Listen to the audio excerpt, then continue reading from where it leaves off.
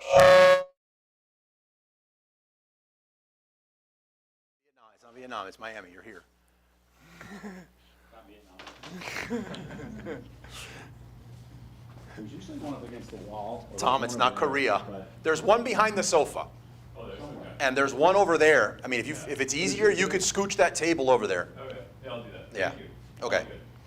All right. If somebody can pop open YouTube, somebody being Tom or these guys, because I haven't met you guys in depth before, I don't know. So I won't put a job on you right now. But if somebody could pop open the Wizards of Ecom YouTube, you got it, just in case any questions come in. And I feel like moving around today, so until I get on the screen. I'm going to rip through some just really quick announcements. Oh, why didn't my thing come up? And there you go.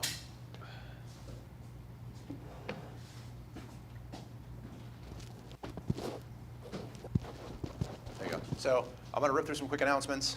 Sponsors, you'll see on the screen here. If you're watching on the stream, you see the sponsors coming across the bottom. Not trying to gloss over them fast, but we're blessed to have reached a spot where we have a lot of amazing sponsors that allow this stuff to happen. Otherwise, my wife would not let me keep coming out of pocket for these locations. And we say no to more sponsors than we say yes. So the ones you do see on the screen are the yeses, right? Like the people I either personally work with, and the only other way that somebody becomes a sponsor is like if somebody reaches out, which we get pitched to all the time, is if they reach out and I'm like, yeah, I really like your demo, but you need to give like a test drive to a few people in my group who I select. Like these are people that I know, like, and trust. And if they come back and say this was absolutely amazing, then that would be the other way. Yeah, so if you are working with somebody who is not one of these people, I don't expect you to just drop these people that you have a relationship with and switch. But if you ever do get to a point where you are thinking about switching, or in my opinion, upgrade, these would be the people to do that with. And worst case, you stay with who you are. If you see these guys at a trade show or a booth, go up to them and say hi, and you appreciate what they've done for WOE because you've been able to benefit from that. Otherwise, these things would not be free, and we'd be in a very loud coffee shop somewhere in Miami right now, you know, possibly standing. That's pretty much what they're helping us do. The croquetas and empanadas and all that there, I like to think of them as sugar-free, carb-free, gluten-free, and all those other amazing things, which they are none of those things. But those are also courtesy of our sponsors, which we're super thankful for. The one sponsor, well, two sponsors that I will shout out right now, just because they're brand new and they hadn't been on these slides before. One of them would be SellerSnap. So for the resellers in the group, they are like the gold standard when it comes to repricing for resellers. They also create amazing content in that world, so I recommend it. If you're not repricing, arguably now in private label, if you don't have some pricing strategies or repricing strategies, I think you're leaving a lot of money on the table. But in the resale world, if you don't have a repricing strategy, you're definitely holding yourself back. Whatever you use, I think SellerSnap's the gold standard. Also, we have BD Inspection. You guys have heard me talk a lot about, I mean, for the last 9.5 years that we've been around, about V-Trust. I still think V-Trust is amazing. I'm not walking that back. However, BD Inspection does have some other, on the more affordable side, inspections, and they also offer incredibly great services when it comes to inspections. But that you're talking now like you're bringing something over from Asia, because that's where they focus. You should be inspecting anything from wherever you order, but in Asia, BD Inspection is pretty amazing as well. They've also taken the opportunity to sponsor us, and V-Trust won't respond to our emails when it comes to sponsors. So that's where we're at. If I have recommended V-Trust to you before and you're using them, you're still in amazing hands. But if you're thinking about where to go and you want to do it a little more budget conscious, especially with all this like profit suppression and higher shipping rates to get stuff all over the place, BD Inspection would be a solid choice to make. So you're going to see them as two new entries on the slides. Our podcast, Wizards of Ecom, would love a listen. It's a passion project, and I'll tell you what, if once every 3 months somebody comes up and says, hey, I like that episode, that's kind of like the gasoline that keeps me talking alone into a microphone in the room. So if you hear an episode, even if you did not like it, if you let me know what you didn't like about it, I know someone's listening, and it helps me keep going. It means a lot. But we have a Wizards of Ecom podcast in English.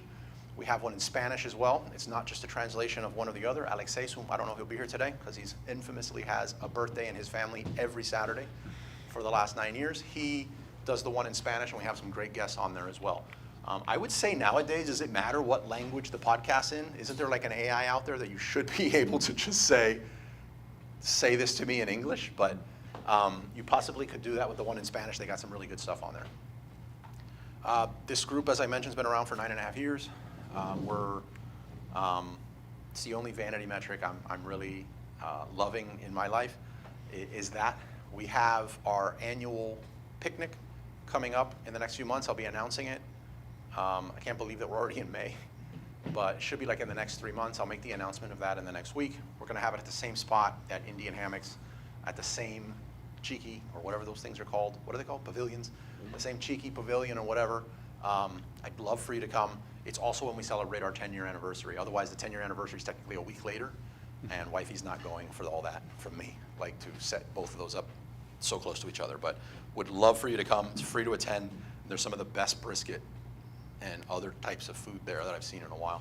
There's some cornbread there that's like a cake. It's like so rich, it's amazing. But you're gonna come. What we're gonna try to do this year is, because it's blistering hot at that time. There's tons of shade trees, but it is hot. It is like Miami heat at that time that we have it. We are looking to maybe get a sponsor that brings some of those cooling fans, you know what I mean? Because those things you put around your neck and have a fan coming up, and we might try to do those this year. I did hear everybody's feedback last year. We're also, since the group's gotten so large and so many new families that are happening, my kids are gonna be there, but we are thinking about also bringing in a bouncy house. So we'll have some activities for the kids to be entertained, and we can watch from the outside and talk shop instead of chasing our little hellions, I mean kids, around all the place and going nuts and not being able to talk. So some good stuff, just pay attention there. You are not required to bring anything, but if you do want to bring something, just hit me up. It's going to be something like bread or chips or something like that. We'll have the meat and potatoes, no pun intended. Today's presentation is actually going to be Jamin. Excellent sign that he is actually here, since he's not from Miami. That's always a concern of mine as we start and the person's not here, but he is here. One of the brightest minds I've spoke to in the space, even though, to be honest, he doesn't even know this. I was super skeptical when I first talked to him. I'm like, oh shit, here we go. Somebody is totally full of himself, right? Really good. I think I've learned something new every time I spoke to him, and today we're going to focus on what is probably not the sexiest, but the most important part of your business, which is profits and just building a successful business. Beyond your first 100 sales that you've done and you feel like you can conquer the world. A lot of these things, experienced sellers such as myself, neglected at an earlier stage, and now we're having to pay the piper a lot more than a free meetup to be able to resolve those things. It doesn't get easier later in my experience. But at 2 p.m. today, I'll announce Jamin. Should be a very interactive meetup. So that's going to be exciting. I'm going to pass out some papers that people are going to be able to fill out and engage with, which is always, I feel like writing something down just changes everything. So the only reason we don't do that for every meetup is the back end of printing those things out and everything. The logistics gets extraordinarily difficult, and there's only so much time in the day. But I'm looking forward to that myself. What am I missing? What I'm going to do today is a little different. I know when I said at the beginning of the year we're going to start doing a little, since this is the beginner hour, right? What we are going to do is a little bit of product sourcing, and for a little bit, and then I'm going to take questions. Ting, I know you have some questions, but whenever I've tried to take questions first, it leaves us in this rushed pinch spot to do a little bit of product sourcing. Who here is an actual beginner, by the way, or identifies as a beginner? Should I say identify anymore? Okay, good. You identify as a beginner. Nice. Halfway. You're halfway. You're working your way to intermediate. All right. So this is going to help. You're going to have a lot of questions, but no matter what questions you have, you're going to get a chance to answer those questions too. Ask those questions too. I don't know what question to ask is an amazing question to ask in the beginner hour. But regardless of where you're at, even the non-beginners, sourcing products is a big deal. I know the last bit of good news. I just forgot. We're about to have a very deep collaboration, if you will, or relationship moving forward with Jungle Scout. I'll have more details on that next week. But what it is going to allow us to do is I'll start bringing in more software examples to be able to use software to do certain things. I know you're going to have some PPC questions.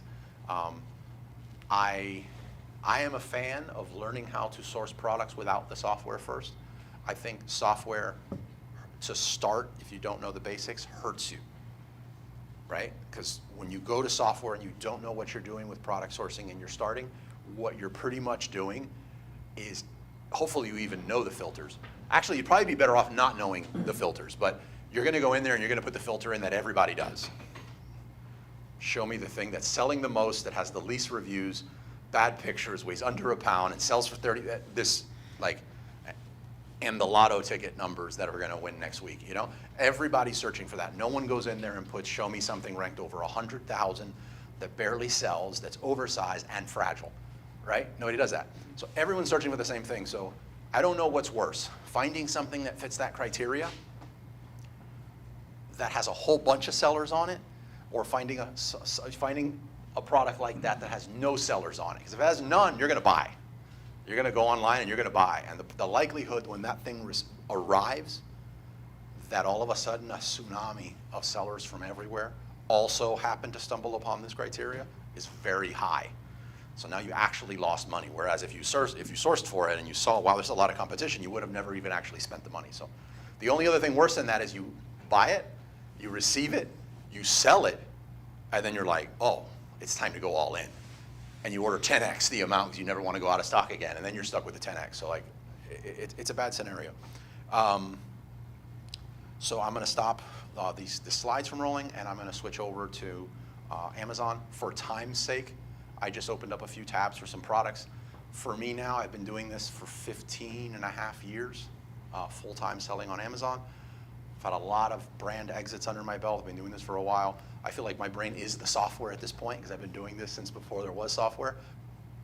But I'll explain how I reach these particular products so you know that as well. But otherwise, we could easily spend 30 minutes just getting some good leads, which is not a lot at the end of the day. So to speed that up a little bit, I opened up some tabs. I'm going to approach the product sourcing as if it's private label. Like we're looking for private label products, why they're a good opportunity, why they're not, and it should be interactive.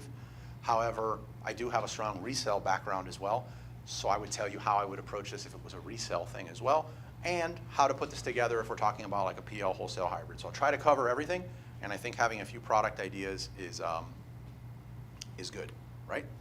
Everybody with me so far? Anybody have any questions specifically on that before we switch over to the screen? No? Okay, good. Tom, you brought a lot of notes. Nobody's on there. Yeah, these are notes from just the last meetup alone. Let's see.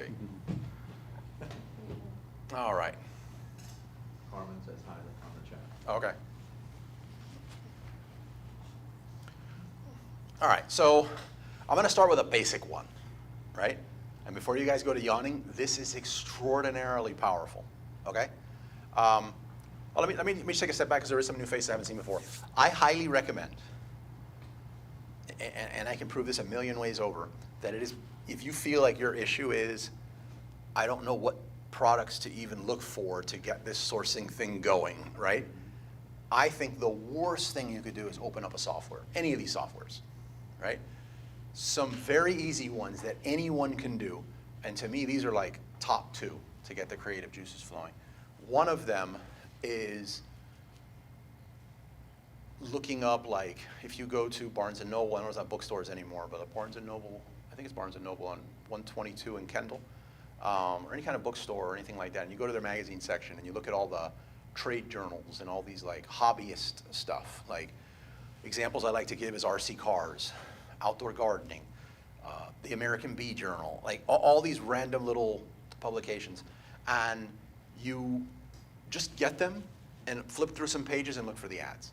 Those ads are products that are targeting specific people in those categories, and if you're paying for ads in them, you're probably launching something relatively new or an improvement on blank. I found that the likelihood of you surfacing those products just using a tool is slim and none.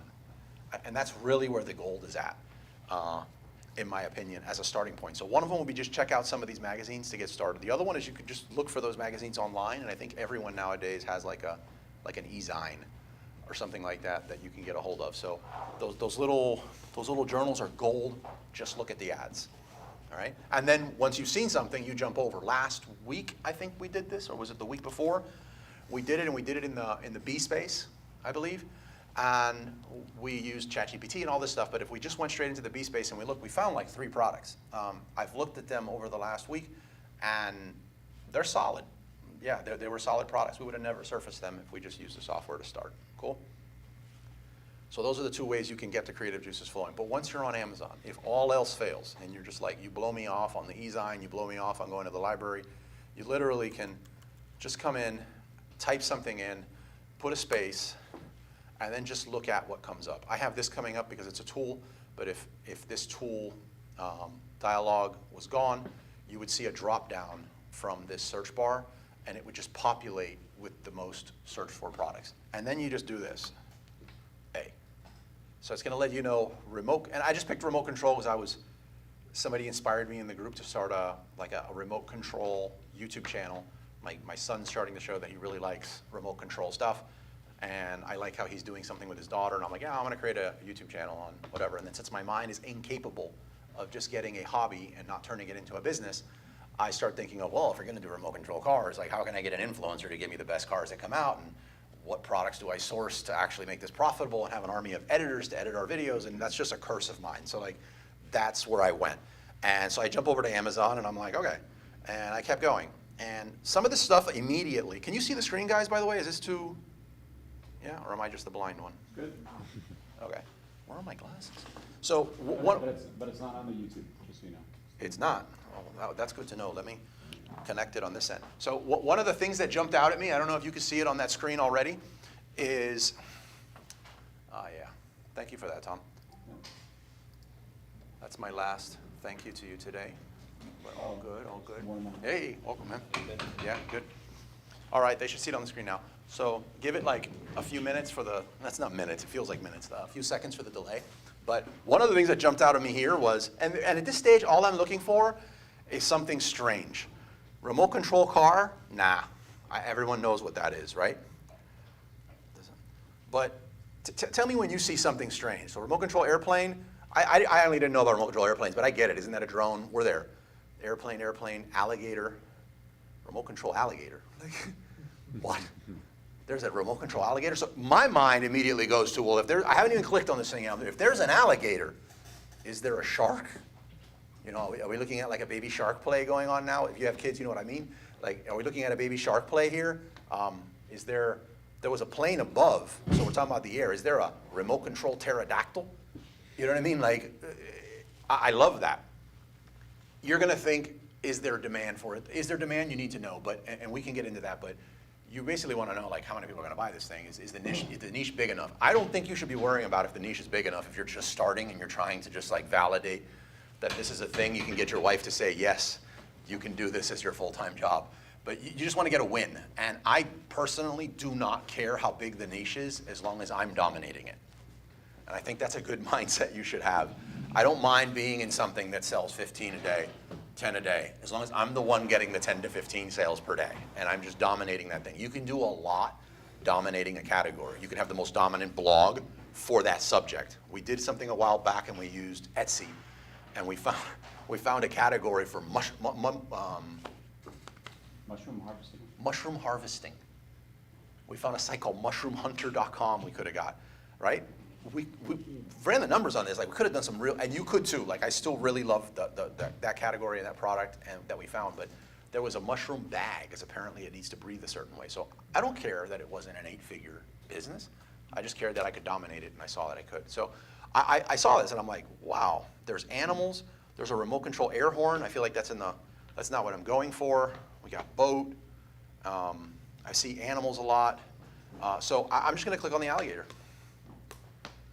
And now it's starting to dawn on me, and I was like, oh, wow, look at this remote control alligator head. I'm assuming when I saw this, I've not gone deeper from here because I wanted to do some of this raw here at the group. I've seen this a few times on like prank videos on TikTok. I'm assuming at this point, a bunch of people have jumped on this. Small alligator head, electronic, doesn't need to do any fast turns for pranks, would do good. However, when I did, looking at this now, well, let me find the organic. This is a good thing to look at, especially, I'm talking now to like, if you're new and you're just starting, you're doing this search and you're like, oh my God, I should totally do this remote control alligator. This person only has 28 reviews. Well, this is a sponsored ad. Okay, so this result is showing up first because somebody just starting paid for an ad on this. And there's a really good chance, sort of like if you got a book in school and they told you it had all the answers in it. Everyone tells you, well, don't just listen to those answers. It could have been a total psychopath before that had this book, and they're all wrong answers. You don't know. Well, at this stage, if somebody's running an ad on this, they might not be doing it profitably. So don't treat this as the gospel and just run out and get an alligator head. What I like to look at first is the first organic post. So first organic one. So here we go. This is our first organic one. 825 reviews. I would have thought it had a lot more. Selling for $60. What is in this thing? There's no chance that this is going to be a good one. Remote control alligator head, RC boats for adults and kids, large decoy, and floating crocodile. Crocodile head prank, yeah. What I like when I looked at this is, again, I'm trying more to like think out loud, like say this so you kind of see what I'm thinking when I'm looking at this stuff. What I like when I look at this is I've never seen one of these. The head I've seen, but I haven't seen the whole crocodile head. And I searched for remote control alligator, not remote control alligator head. If I searched for remote control alligator head, I would have been like, okay, I expect to see all these heads. But the fact that this is even coming up for me now, and that there's a lot of other heads, tells me there's not a lot of competition, because this should have been the listing or the product with the most relevancy for the search that I did. I didn't search for remote control alligator head. I searched for remote control alligator. This is what came up. And this is an ad. So the first one that I see that is organic, is, sure enough, is this one. And it only has 28 reviews. I also think the listing is total garbage. Looking at this, I don't think there is a need to show all that. It's remote control, like we kind of get it. That was our search. You'd want to see this more on a secondary image. They could have done a lot better with this. They got the package up there in the corner as an afterthought. It's ugly. And it only has 28 reviews. So I would continue looking at that. I'm not saying that you should go out and buy it. There's keyword research that you should do beyond this. But just taking a glance at it, it's kind of shocking to me that that's there. So what we talked about before, is there a remote control dinosaur? I don't know. Shark, you said. Shark. Well, we'll see this now. Oh, look at this. I bet there would be more look at that. Don't tell me that that wouldn't go viral on TikTok.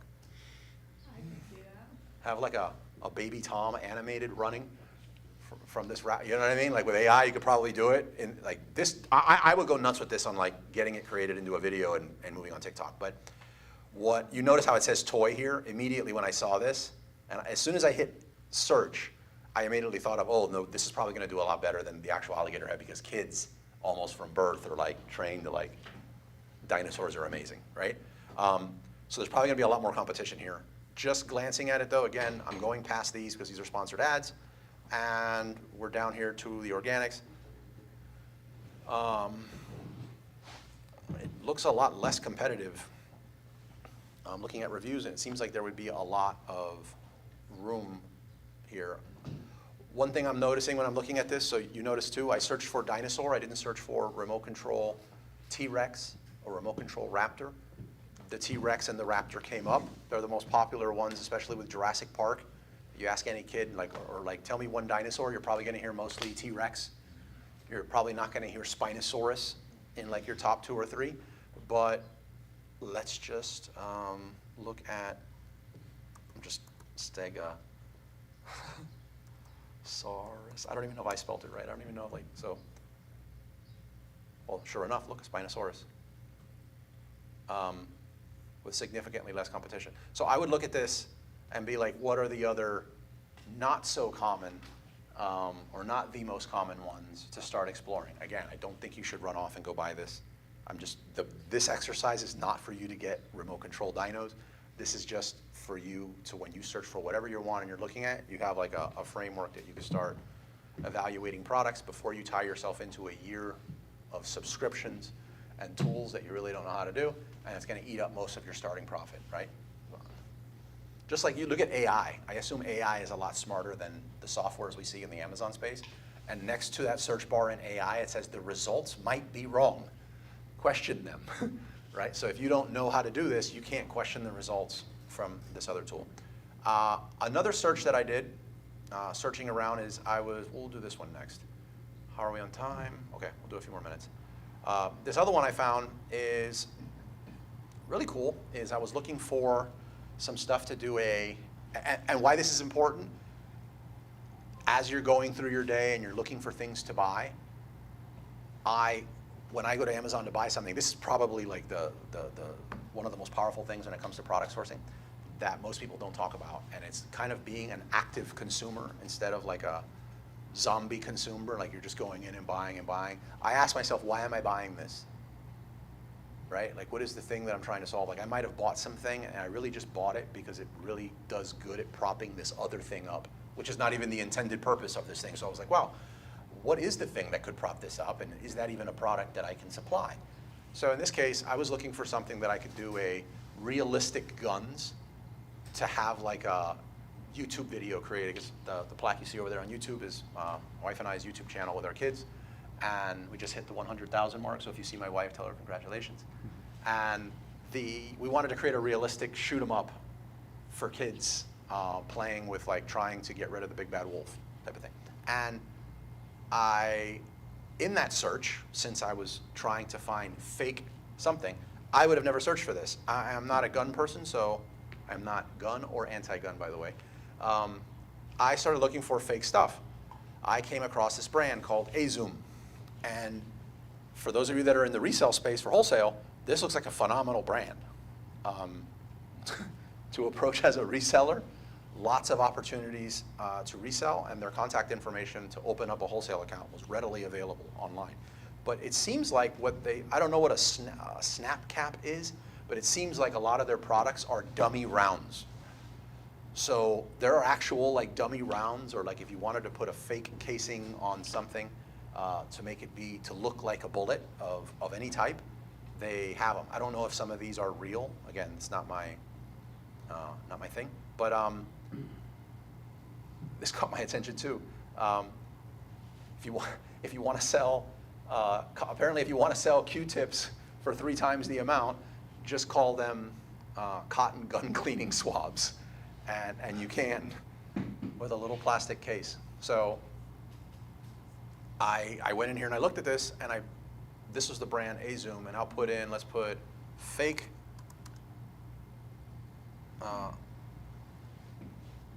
bullets. That's horrible.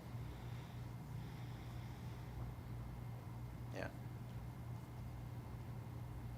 And it actually came out with a lot, which I'm pretty shocked on, because if you were going to get fake something, I'm thinking fake money and fake bullets and fake guns would be some of the top ones, but the competition seems to be pretty non-existent. And go figure, look, fake money is one of the ones that came up. What I also like about this, by the way, is when I see fake bullets, something to look at is, and we talked about this last time, is some of this stuff is going to repeat if you come a lot, because there's different people in the beginner hour, and I think this is important to look at. I searched for fake bullets. Amazon is at like God level at serving up results that are extremely relevant to your search query. When you see and you search for something like this, and you see that some of the results, some of the top results, either in the paid ads or organic, are not relevant to your search, it either means there's absolutely zero demand for this product online, or there's a lot of opportunity. In this case, there's only 2 ads, there's not even 4, so that means going after this as a PPC search term would be quite easy, shockingly, for the term fake bullets. And the only 2 ads that are running are solar-powered fake security camera with something that says called a bullet dummy security camera surveillance system, and pretend play coins. There's not even other ads that are running for me currently. Yeah. Any questions on this so far? Is it resonating at all? Any questions you have for those of you that are new, that are just looking at this? You're like, well, why didn't you do this? Or I learned this. Why didn't you do that? Any questions on that? No? Okay. What's the name of the plugin that gives you the yellow bug? Oh, that's, I need to uninstall this. But no, this is, oh, I'm sorry, lowest hanging fruit and spies on. You want to uninstall? Huh? You try to uninstall that? Yeah, I'm gonna get rid of it. Yeah. No good? Not needed, but if you're gonna put a lot of attention, it's also pretty obnoxious on the screen. I'd probably just take it off and have it on one computer, or whoever's gonna be using it to find Amazon influencer opportunities, then it can help. But if you use the computer for primarily other things and you use Amazon, it's pretty obnoxious. And a lot of the information that it's doing is not going to be a great deal of help in the product selection. category. Again, unless you're doing Amazon influencer. Yeah, all right. I had this other one, but for time's sake, I want to jump over and take some questions. But I found a brand here called Scandi Crafts that has a catalog full of what I think is great opportunities for resellers. So if you're looking for someone, a brand, you wanted to contact and resell some of their products, I thought it was great. The other thing I really liked about this is they had a ton of products that looked like cool matches for PL wholesale hybrid. What is that called? It's called SCI Scandi Crafts. Okay? All right, I'm gonna, was there a question? No, I'm gonna, yep. Well, what is the page one keyword This is summary? this is an extension by Helium 10, which is a paid software. Thank you. I have one that I would prefer over this, and that we just started a pretty strong relationship with, and that you'll see all this disappearing from my screen probably in the next week or two, would be one by Jungle Scout that I'd reach out. And if you decide to get a tool for that kind of stuff, I can send you a link that I think it's like a free month or some kind of super generous thing that they'll offer you. Something you have to be very concerned about starting, and this trips up a lot of people starting, is there's a tool or an extension for everything. I mean, even use the Amazon Influencer Program as an example, right? This is something that is created as like the only thing that you don't need any money to start. And you just grab your phone and you just review a product, no video production skills, no anything, and not even really influence someone to buy. But because your video is appearing on a product listing and somebody looking at it is curious, they're like, oh, look at these videos, and they look at a few videos, and yours happens to be the last one, and they click off, and they buy. You make a commission. But even in something like that, where you could just have a no monthly expense business, they have paid software for you to buy. So anything you want to do, in most businesses, but especially in Amazon, there is a paid software that you can pay for. And none of them, most of them are not like this scary number. Like even $100 a month when you're starting, well, it's $100 a month, this business, like, as for something that can make me all this money, that's not that bad. You pair a few of these together, you find yourself easily at like $300 a month when you're starting, and say it takes you 10 months, because it takes you a little longer to evaluate products and actually pull the trigger. You lost $3 grand of your budget, easily. I would much rather you spend that on PPC, spend that on better packaging than this. So that's why I try to put a greater emphasis at this stage in the beginner hour and not using some of these softwares. Some of this may look very tedious, and once you do get going and you do have a product, at that point, I think your time is a lot more valuable, and then some of these softwares do make a lot of sense, like Jungle Scout. All right, let me pop off this real quick and switch the screen, and then we'll go into questions. I know, Ting, you said you had some. Yep. Number 2.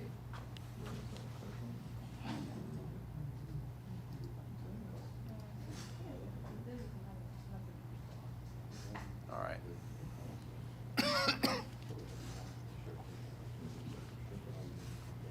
Which, by the way, for those of you who are new, if I occasionally look this way, I'm not like staring at you or staring at myself in the mirror. It's more of like there's a camera. It doesn't catch any of you, but it's catching us as a stream. You're good there. Oh, you're waving? Your hand didn't even make it. That's how it shows you it doesn't even do it. But and some people may ask questions that are coming from the stream. I saw Patrick said something about audio. Patrick, I hope you're able to hear me now. And we'll go from there. So questions. Who has any questions? And again, it's the beginner hour. I'm getting started. There's no dumb questions. Please feel free to ask, and we'll do like an open question and talking shop until 2 p.m. when we announce Jamin. Go for it. Oh, I'll pass it to you.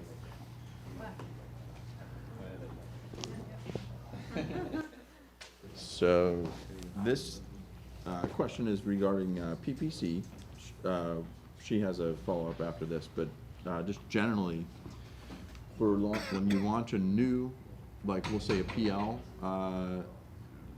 listing, when should you start the PPC? And how? I'm assuming the question is before or after you get your reviews. That's usually, I mean, like whenever you create the listing, and then should you start doing PPC as soon as it's like in inventory on available You- for selling? it's okay. So when should you start running PPC with your product launch? Yeah. Since it's the beginner hour, I want to touch on some of the beginner stuff that I think you already know. And Oh, please. one of them is you can't run, and we're talking about sponsored product ads, right? Yeah. You can't run ads unless you are buy box eligible. And why this is important. So so if you go, Okay. if you start selling, and if you're new, you might be thinking, am I going to use FBA or am I going to use FBM? Meaning, am I going to run to my garage and pack this thing up when I get a sale and send it out? Or am I sending it to this magical place, which is FBA, and they, their little elves and stuff take care of it in the middle of the night, and I wake up to a bunch of emails saying, congratulations, your item is shipped, right? So that's the choice you make. If you start selling, most people start FBA. And this caught a lot of people off guard when COVID hit, and you could only ship in essentials. So people were like, well, I'll just start selling FBM and I'll get a bunch of boxes. And what they found was their ads stopped. And it's because when you're FBM, there's a great deal of time that goes by before Amazon even gives you the box on your own listing. So someone who hadn't experienced that didn't know. So you could be FBM, the only person on your product listing, and not have the buy box, which means you can't run ads, right? Someone has to do 2 clicks to find someone and actually check out and buy. So to have products available for sale checked into FBA, your ads can't run unless they are available for sale, because on FBA that would mean you have the buy box. So Okay. you can't run them until the products are available for sale. And the moment that your last unit ships out, there are no more ads. Like, your ads stop because there's nothing in the buy box for that product. Make sense? Yeah. Right. The next thing to look at when you're talking about when you should start your ads, and this starts becoming a little bit debatable, kind of like almost Republican Democrat here, and this is going to be a matter of choice for you, and that is you just launched this product. Let's forget about your TikToks and everything else that you should be thinking about if you have a larger budget, right? You're just looking at Amazon and you're just looking at Amazon ads. We were actually talking about this in the advanced channel, like how aggressive you should go. Oh, yeah. Yeah, so your product's available now, but it has 0 reviews, Yeah. right? Do you start running ads? Do you hold off on running ads until you do get the reviews, or do you start running ads? Did I say that right? Do you hold off on running ads until you do get reviews, or do you start running ads before you get your reviews? It's a debate. I've heard good arguments either way. Well, I actually don't like the argument the other way. That's not mine. But I run ads immediately. I just have this philosophy that covers everything, and it's that in good times you should run ads, and in bad times you must run ads. So you run ads. You always run ads. There is a good argument, depending on the category, as to how aggressive you can go with those ads. I am of the opinion of being aggressive, and then there will be a time when you can pull back a little bit. But just personally, I get very aggressive with it, out the gate. I would recommend to other people, when I see that they're a little hesitant on that, I'm just like, okay, maybe go 50%. If you were planning on spending $60 a day, maybe spend 30 in the beginning. But I would spend the 60 personally. What, Yeah, what but A cost he you always says go comfortable heavy with, in the for a beginning, new heavy product, first, with not no the reviews, you know in the beginning, it's an uphill battle, you gotta spend a lot. I'm not even looking, personally, I don't even look at my ACOS for I'm not even, well, that's a lie. I'm gonna glance, but I'm also gonna look at my sales by the minute, but, Oh, sorry. yeah, but just to where I'm gonna make a decision based on it, I'm not even paying attention to that personally for about 60 No, days. because I It's usually. gonna be ugly. Yeah. Oh, yeah. Yeah, I in the very usually beginning, for I'm most people. prepared. Let's say the first 200 or 300 items to be losing money. I'm prepared. If it's a branded product that I know I'll be the only one. Having this product. I'm prepared for the first several hundred of products to lose money, and usually it's more of a testing, and if it doesn't work, I just drop it off. If it works, then you can really optimize. And Yeah, so the most people that I see that have an amazing ACOS, right? We'll use the ACOS metric right now, which Let's is do average ACOS, cost yeah. of sale, right? Most people I know that have an amazing ACOS out the gate on launch, they're either barely running anything, so the average cost of it is it's super easy, or they have a product that sells at a higher price point. So if you have a product that sells at like $250, you could actually be running very bad PPC, very sloppy PPC, and have a 3.2% ACOS. You know what I mean? Because the price of the product matters. You could also have a product that sells, I had a product one time I was selling for $9.99, and I was killing it on PPC, and I stayed at like a 62% ACOS.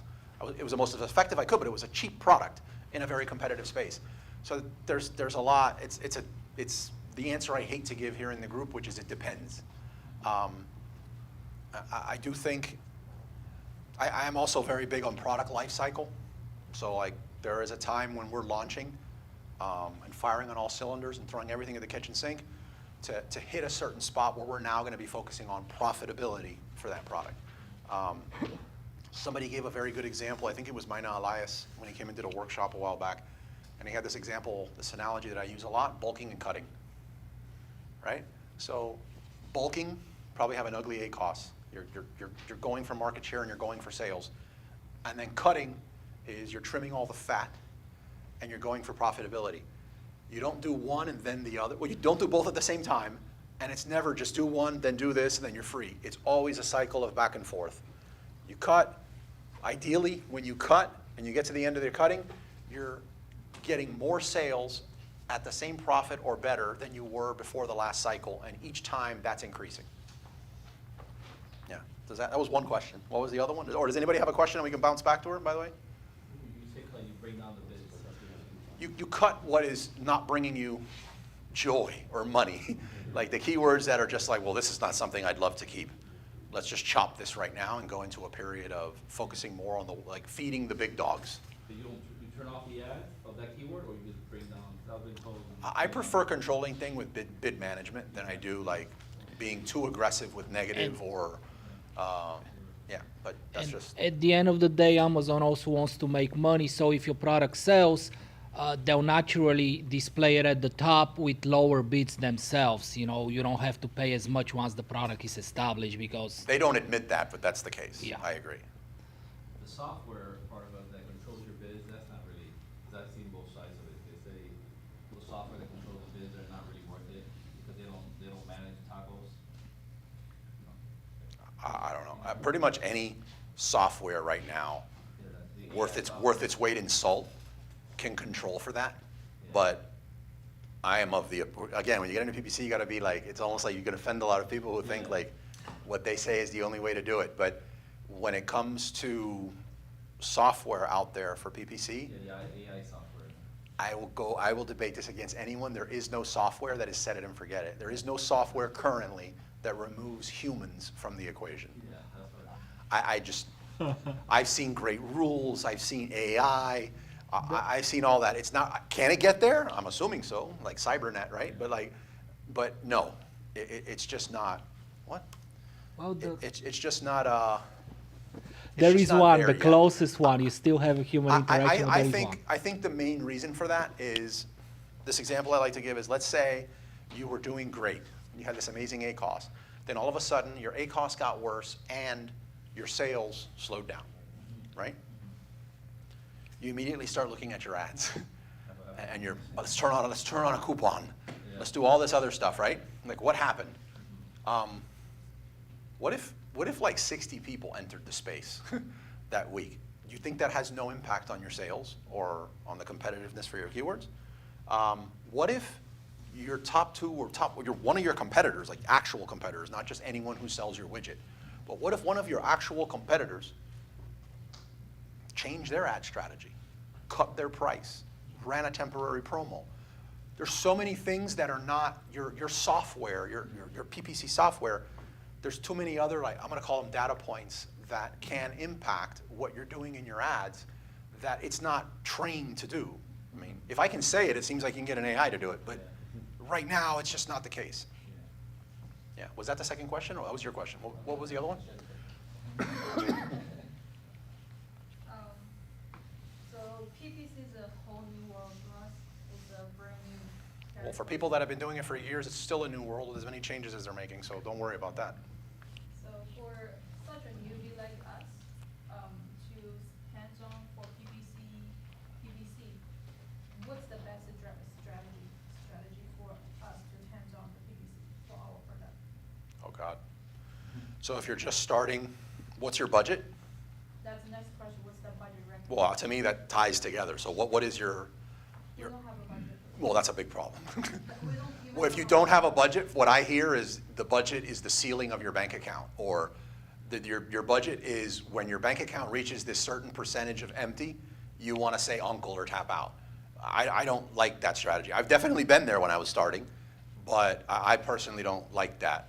It also makes answering everything else difficult, and let me just say why. Like, if you told me you had a few $100 a day to spend, or $100 a day to spend, I would start looking at what percentage I want to put towards sponsor, like 50,000 feet, what I want to put to sponsored brand, what little percentage I want to put to display, where I want to go to sponsored product. I'd start like allotting stuff.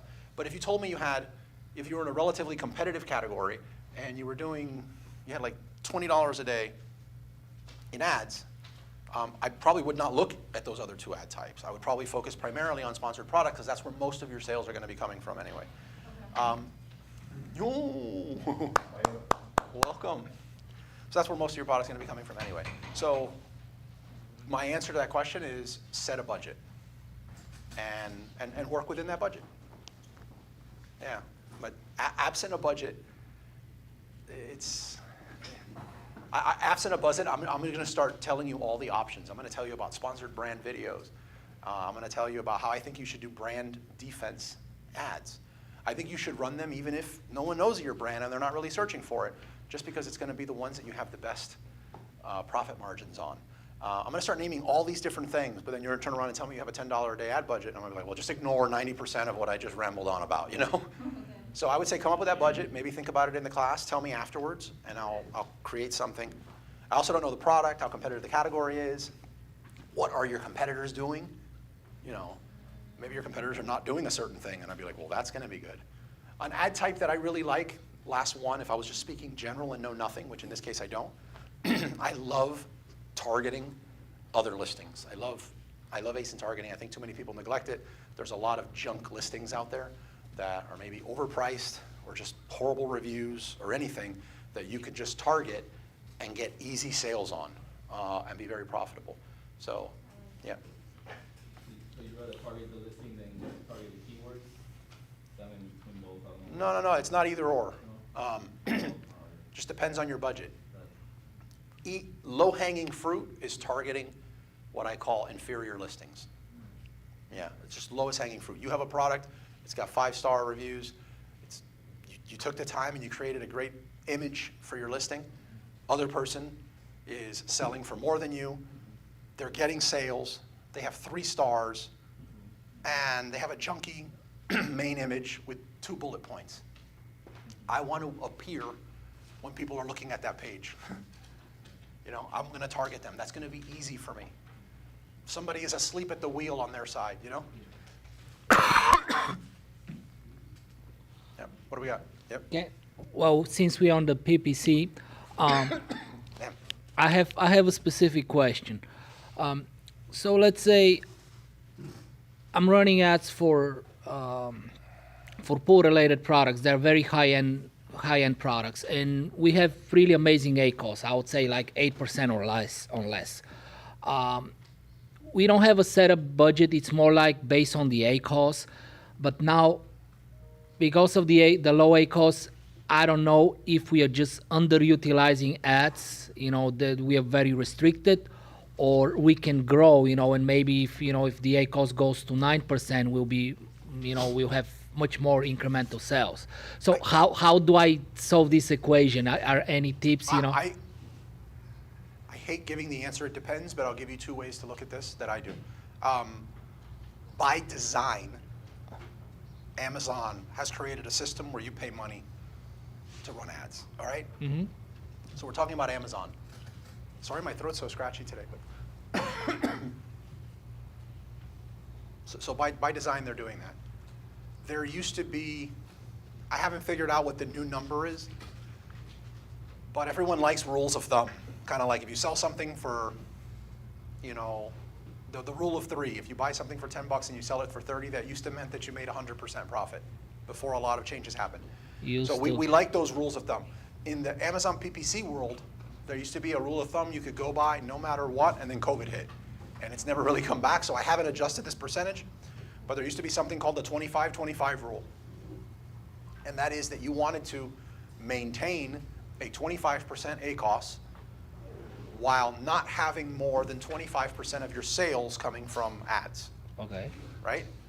So anytime somebody came in and said, well, we don't have a budget, but look at this, we're doing good with our thing, we have this low ACOS and we maintain it. What I found out is, yes, that's doable, but you are leaving so much opportunity and money on the table because you're not being, 99% of the time, they were not aggressive enough Exactly. in running their ads. But maybe being super aggressive didn't fit their overall. You know, everyone has a different, not everybody's just empire building in 7 figures, right? Everyone has a different strategy for what they're doing. So part of my answer is it depends, and the other one is figure out what your 25-25, the 25-25 rule is for your products and your Oh, brands. that's a good metric. I haven't thought about what percentage. You know, I look at tacos, ACOS, but what percentage of the sales comes from ads? That's a Right, really somebody good. comes to me and says, yeah, Carlos, 25%, may- you're crazy, and, I got a you know, 5%. and- And I look and I was like, yeah, and you also have And the 30 ACOS, sales. the ACOS fluctuates during months, so you can see if there is relationship, how it goes. That's Right. that's a good So- that's so a good it's- point. Figure out your 25-25 and you're good. What Thank other, you. what else do we have with questions? We have 4 more minutes, One more here. and then we're gonna cue in the, I always say this, AC/DC, what would your song be if you were coming on?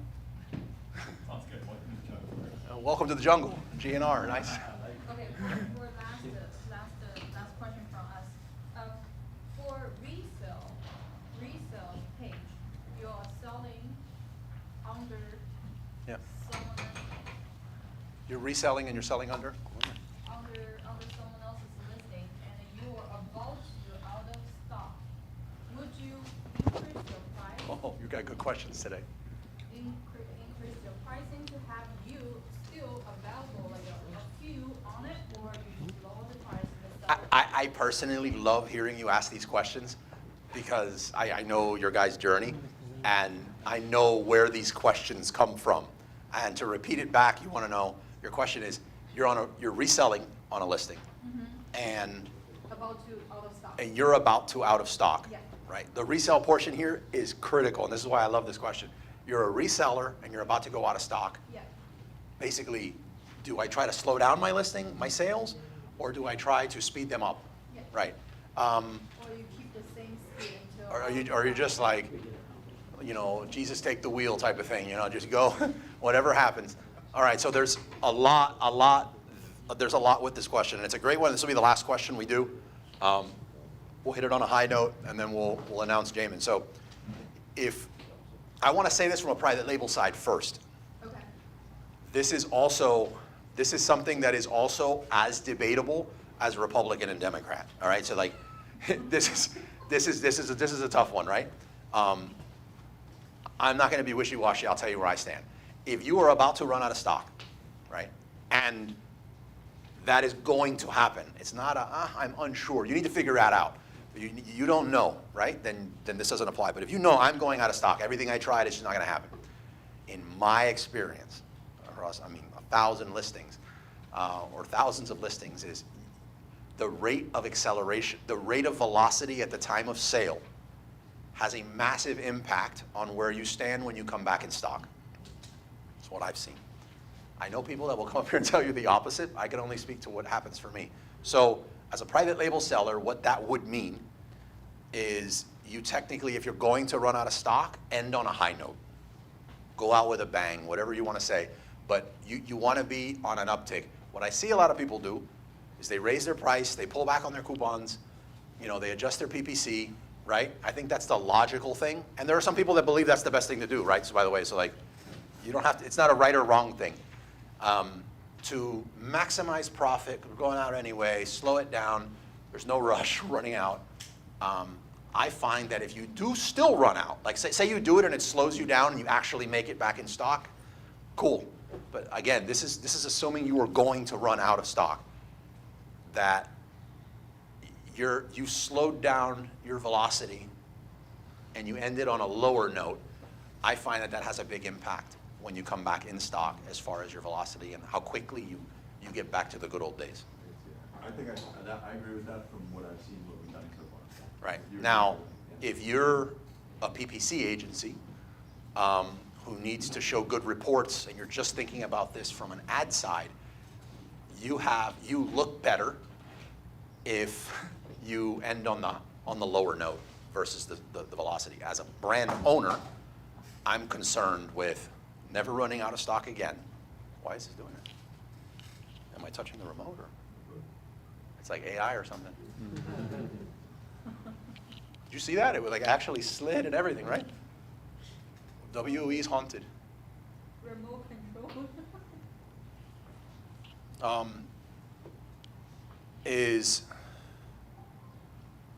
Yeah, so you want to end on a high note. Now, you said reselling, Yeah. right? So if you're reselling the product, are there other resellers on the listing? There's a few. Right. If there is, there's no rush. Raise the price. Or, I mean, leave it alone or raise the price. It really doesn't matter. If you have a lot of inventory tied up, I don't think you should raise the price and just hold it longer and absorb storage fees. But if you're a reseller, I would maybe just leave it and let it be, as long as there's other people on the listing, Okay. right? Because if there's other people on the listing, the listing is not going out of stock. Yeah. Like someone is right there, they're just going to assume the buy box and it's going to keep going. Yeah. Okay? So it would be different if you're a reseller. That's why it's a really good question. Okay. Yeah. Thank you. Can I ask one last question? Yeah. By the way, feel free to debate this. I know all of you don't agree with me on this. So let's say if, in her case, reseller, is it really worth advertising? Because you may be advertising and then somebody else may end up with the sale. Let's say there are variations, or somebody doesn't have a Prime subscription, and even though you have the buy box for Prime, you don't have it for merchant fulfill. So do you have any rule of thumb? I know you're gonna Say. take this question. That okay, when do I advertise if there are other people competing for the buy box? So your question is basically, is it worth advertising if you're a reseller? Because other people might get some of the sales. So Well, in I'm sure almo- it's in- worth it, but there should be some judgment. When do I advertise and when do I not? you read it. But you just nailed it on the head. You should use judgment, which another way of saying that is it depends. So like in most cases, I think if you're reselling, it does make sense to run ads, but your ad strategy needs to be totally different than if it was a private label. An example would be I run the ads for Nest thermostats on Amazon, Google Nest thermostats. Why does Google Nest need to run ads? There's a bunch of resellers on the listing, by the way, because if you have a Google, imagine how many people are reselling against that listing. But it's a Google Nest thermostat. Like if you're going to go shop for a thermostat, like Google doesn't need any validation. It's freaking Google. Why do they do it? When they don't do it, they get 1/10 of the sales. So nobody else on where they're buying it at their price can run ads and be profitable. So they sit back and they just take whatever they can get by reselling against the listing. But when we get their account and we run ads, we're getting 90% more. That's massive. And we're talking about big numbers with Google Nest on Amazon. So if you're selling a generic stand, could be very different, and that's where judgment needs to come in. Do you have exclusive pricing with the brand that you're reselling that would allow you to starve out all the resellers just by running ads because they can't compete with you? So there's a lot of variables that can come into play, and it's the Ecom, it's the business answer. It depends. Look, let's do this. Jamin walked here all the way from Orlando, and I want to take advantage that he's here. Got some amazing stuff to say for leveling up the business. I like to see some of the faces that haven't come in a while that I know are a lot more experienced sellers, so I'm glad the topic caught your attention. And by the way, how's the temperature, everybody? I felt hot and I lowered it, but I know I have insulation. Is everybody good on the temperature? Yeah? Cool. Let's do this. Grab some snacks, some water, use the bathroom, give us a maximum of 5 minutes. I'm gonna get Jamin set up over here, and it might be less than 5 minutes. And then I'll let you guys know when we're restarting, okay? Thank you. Okay. I am going to take. But you able to get some stuff in? Yeah. This out.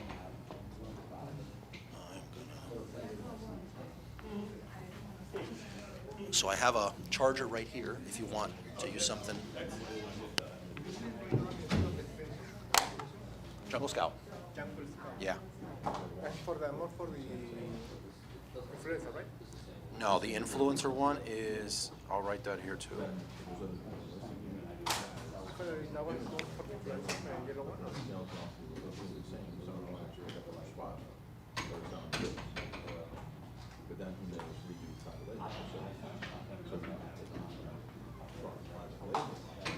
Jungle Scout's the one I'm telling you about that's amazing for probably the best on the market for doing product selection and looking for products and validating products.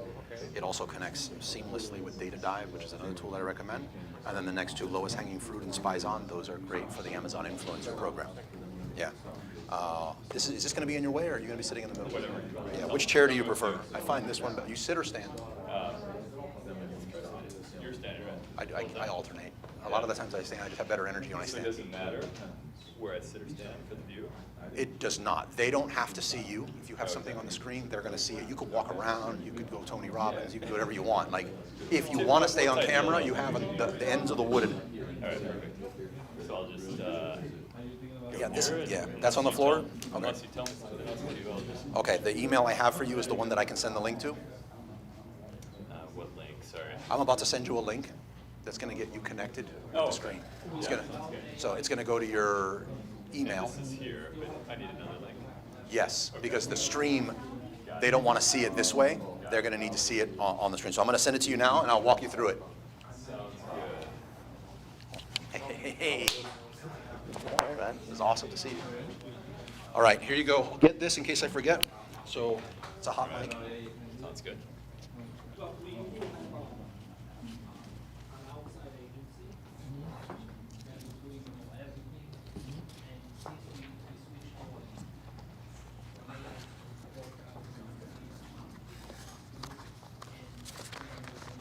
There you go. Sneak peek. Don't look at them yet. That's for the last half. Yeah. Don't look.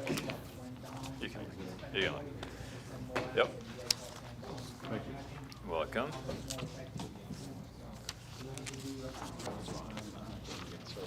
There you go. Yeah. That's good.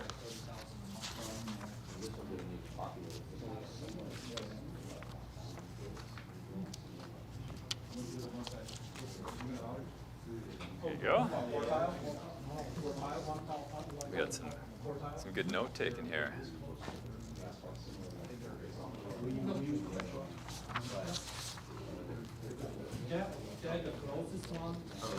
Those are, you each get 3 actually. Yeah. Closest, missing the closest can be detrimental. It would be better, it would be more efficient, but you have to spend much more time. With them, you just create an automatic ad and then you have to pick up everything and it creates everything else by itself. You don't have to do it. Sure. So I've got, everyone gets one of these.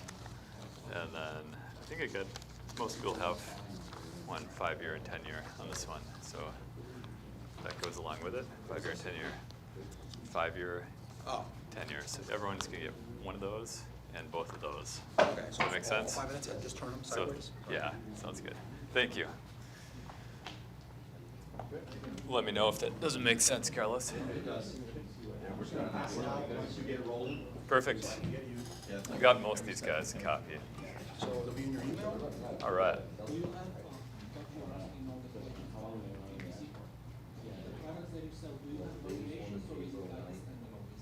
guys excited to hear about eBay?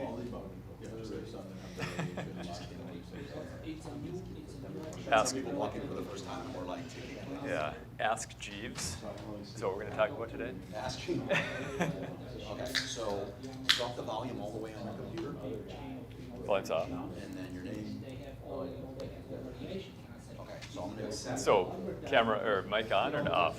You can leave it on, it's not gonna show. Okay. I'm not gonna do the nasal thing, but if you take it off, It comes the you shoe, can get you like a complicated. model, but you know, she advertised size 10, and somebody in size 11, and then, you know, buys. But I am doing the microphone from my computer, or no? It's not before, but now it's working. It doesn't matter. You're doing mic from a different source? The only audio source. This is it. Got it. You request to join? I did. It's connecting. So in your case, if there were variations, maybe if you request Do it again? Yeah, I'll bring it to you. the other variations too, even though they're higher price than the other ones, like the rest of the sellers, because they will show what somebody is from the Oh my app. God, you're worse than me. What are these tabs? They are. Don't do that. Do not click the tabs. All right. Should I hit your? Really? Yeah, it's handy. It's actually quite nice. So do you want me to? Bunch them by color. It's nice. Yeah. So I'm on my own hotspot. No, that's probably it. That's the only wild card I see. Go to Wizards of Ecom 5. Let's say,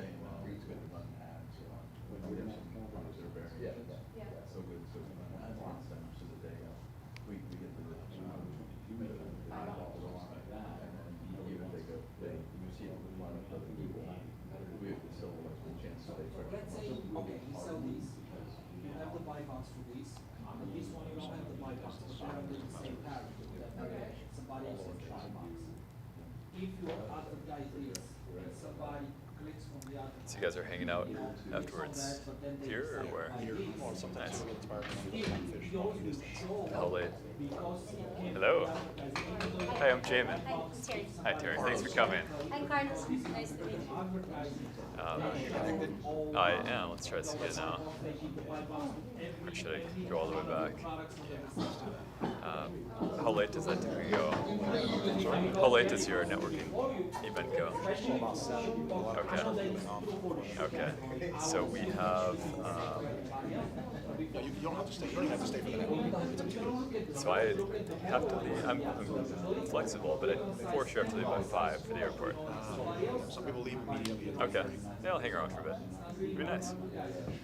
Try some more time. Until a year ago, they supposedly, again, the person that told me, Rover Sports they're pretty big, you know, and they sell on Amazon. So camera should turn off. That looks promising. Connect HDMI. You want to close the Gmail. Connect HDMI.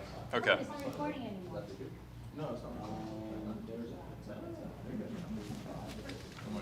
I mean, actually, but.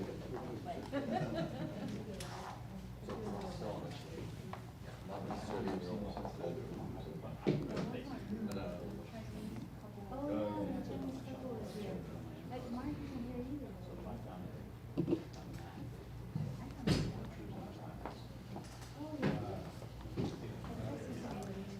I think we are good.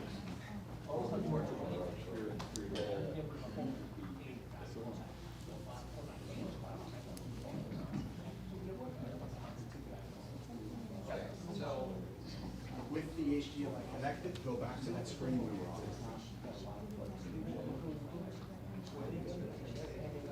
Okay. Go to share screen, pick the entire.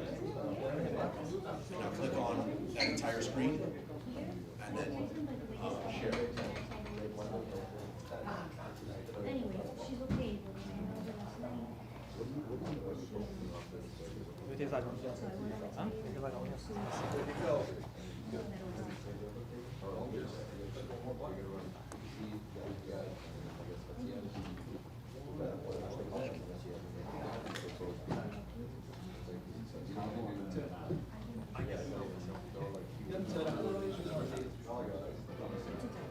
You guys ready?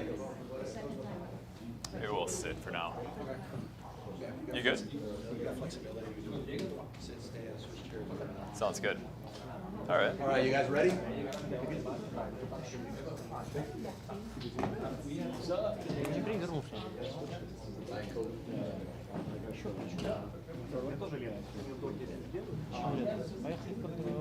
Let's do it. Welcome. Help yourself to whatever's left. Have a seat. We got some seats back there. Also, please.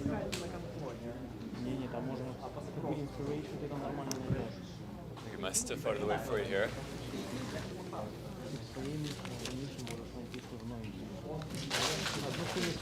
Jamin wanted everybody to stand. Yeah, that'd be great. All right. Like I mentioned earlier, I know a lot of you weren't here on the stream and in person. I've known, I think Jamin now, I've known of him for a long time, but I think over the last few years, post-COVID, Yeah. we started engaging a lot. I walk away with more knowledge every time I speak to him, which is an awesome thing.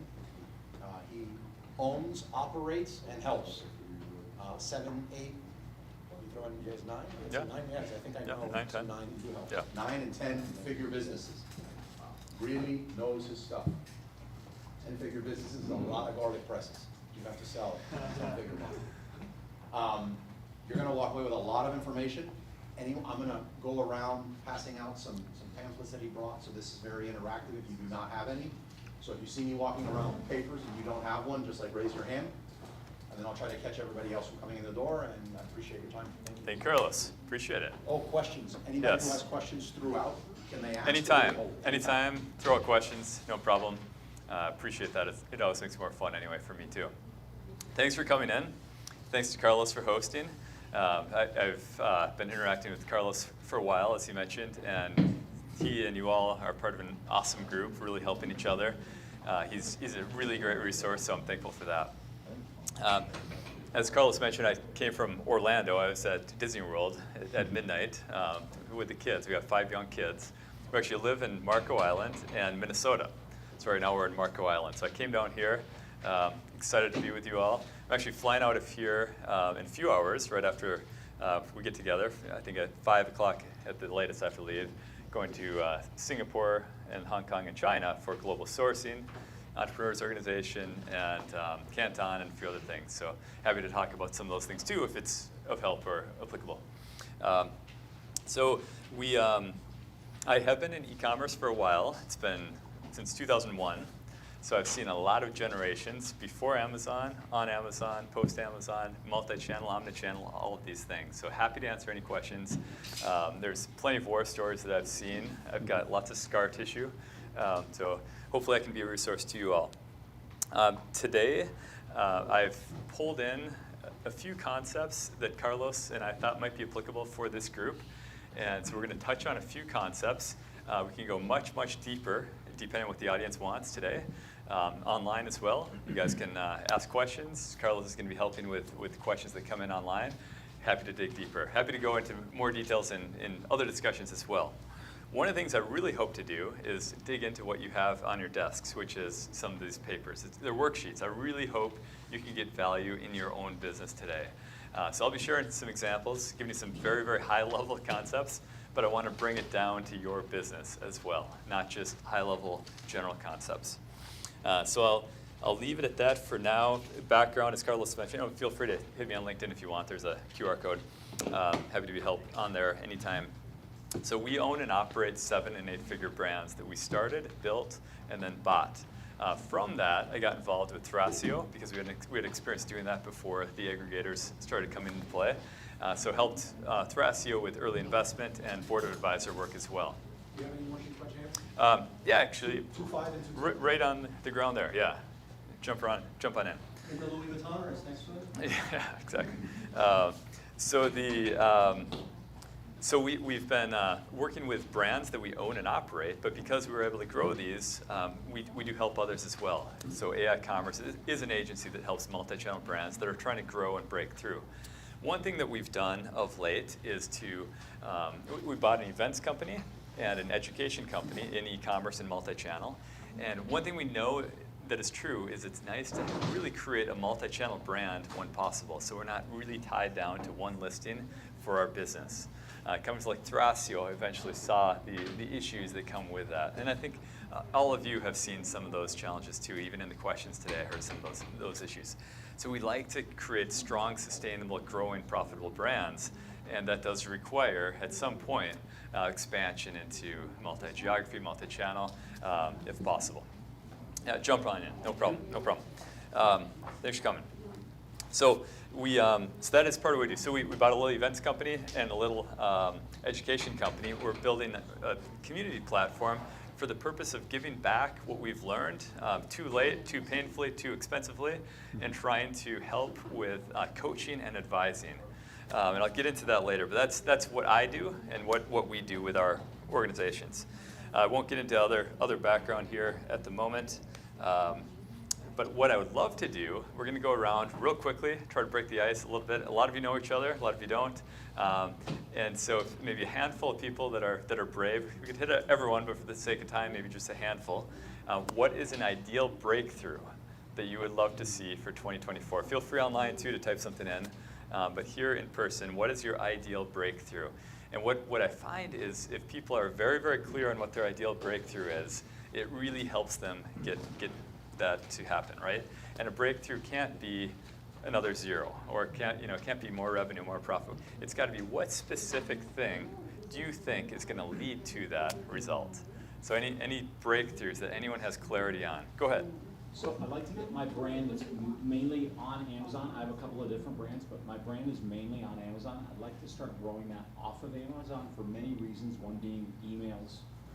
But I'd like to put that onto Shopify and figure out how to, number one, drive traffic to that Shopify store in a profitable manner. Facebook and Instagram ads tend to be a black hole sometimes.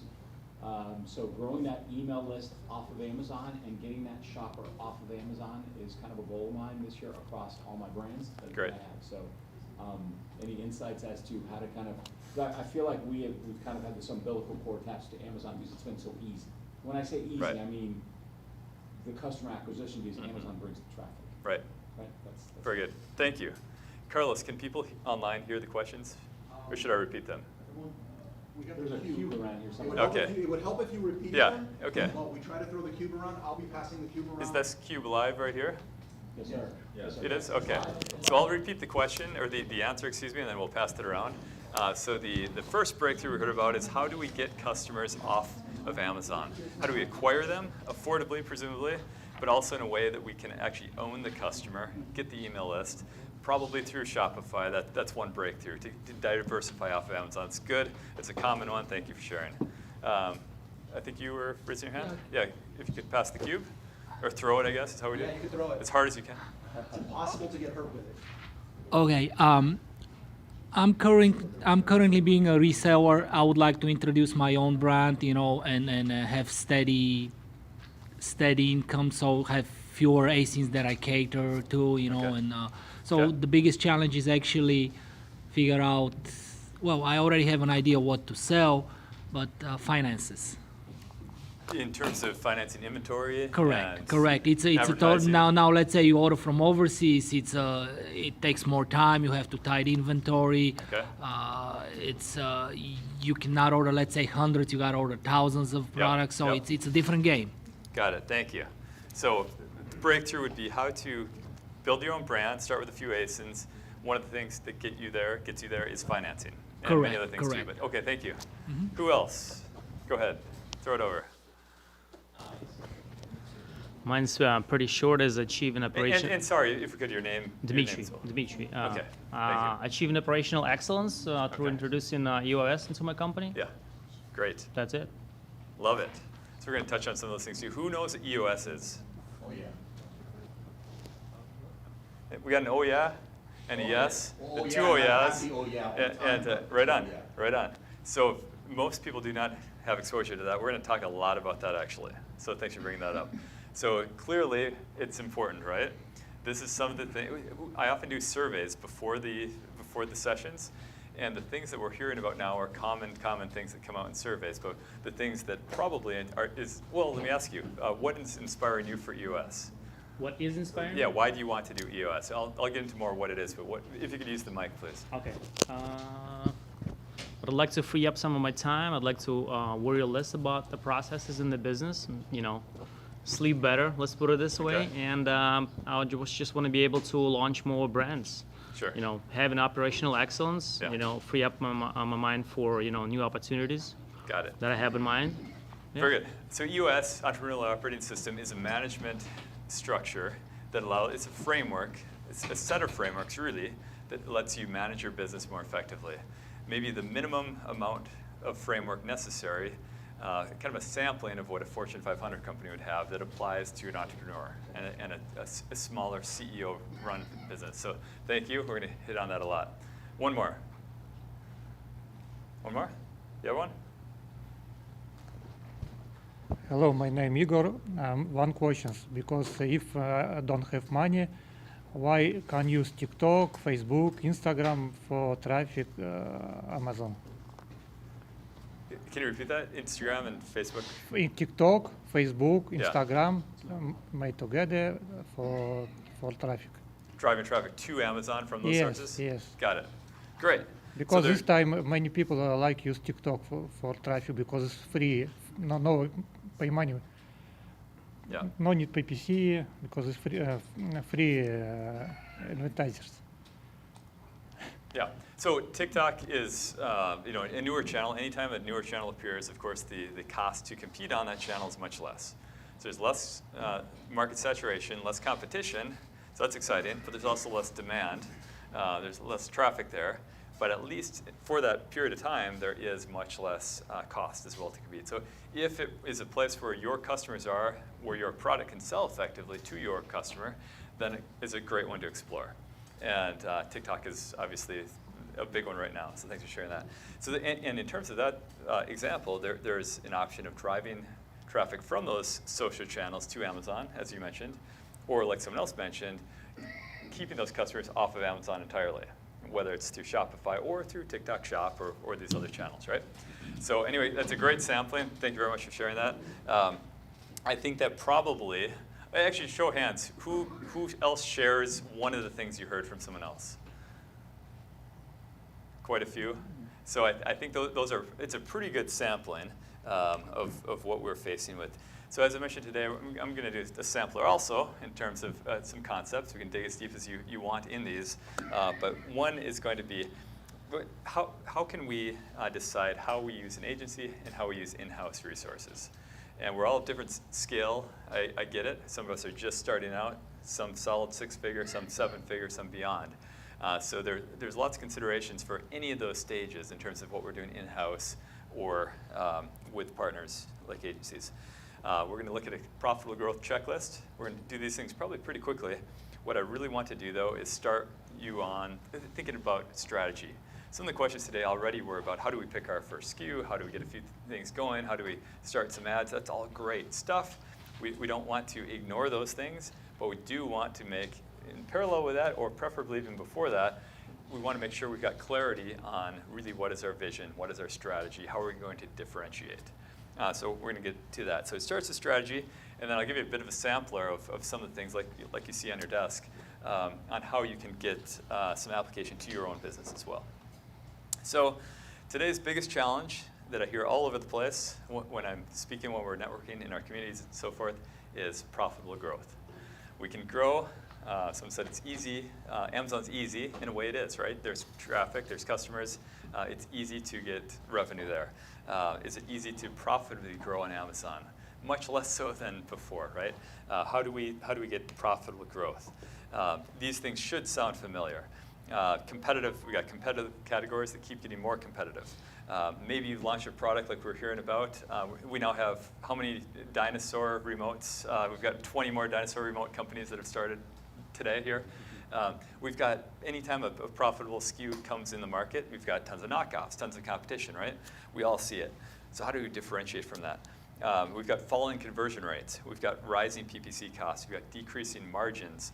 And we don't have room to spend on advertising. So part of what we need to do is consider who are we hiring. We heard some of that. I have some discussion already about some people are using in-house resources. Some are doing it themselves. It's good to have a mix in different ways.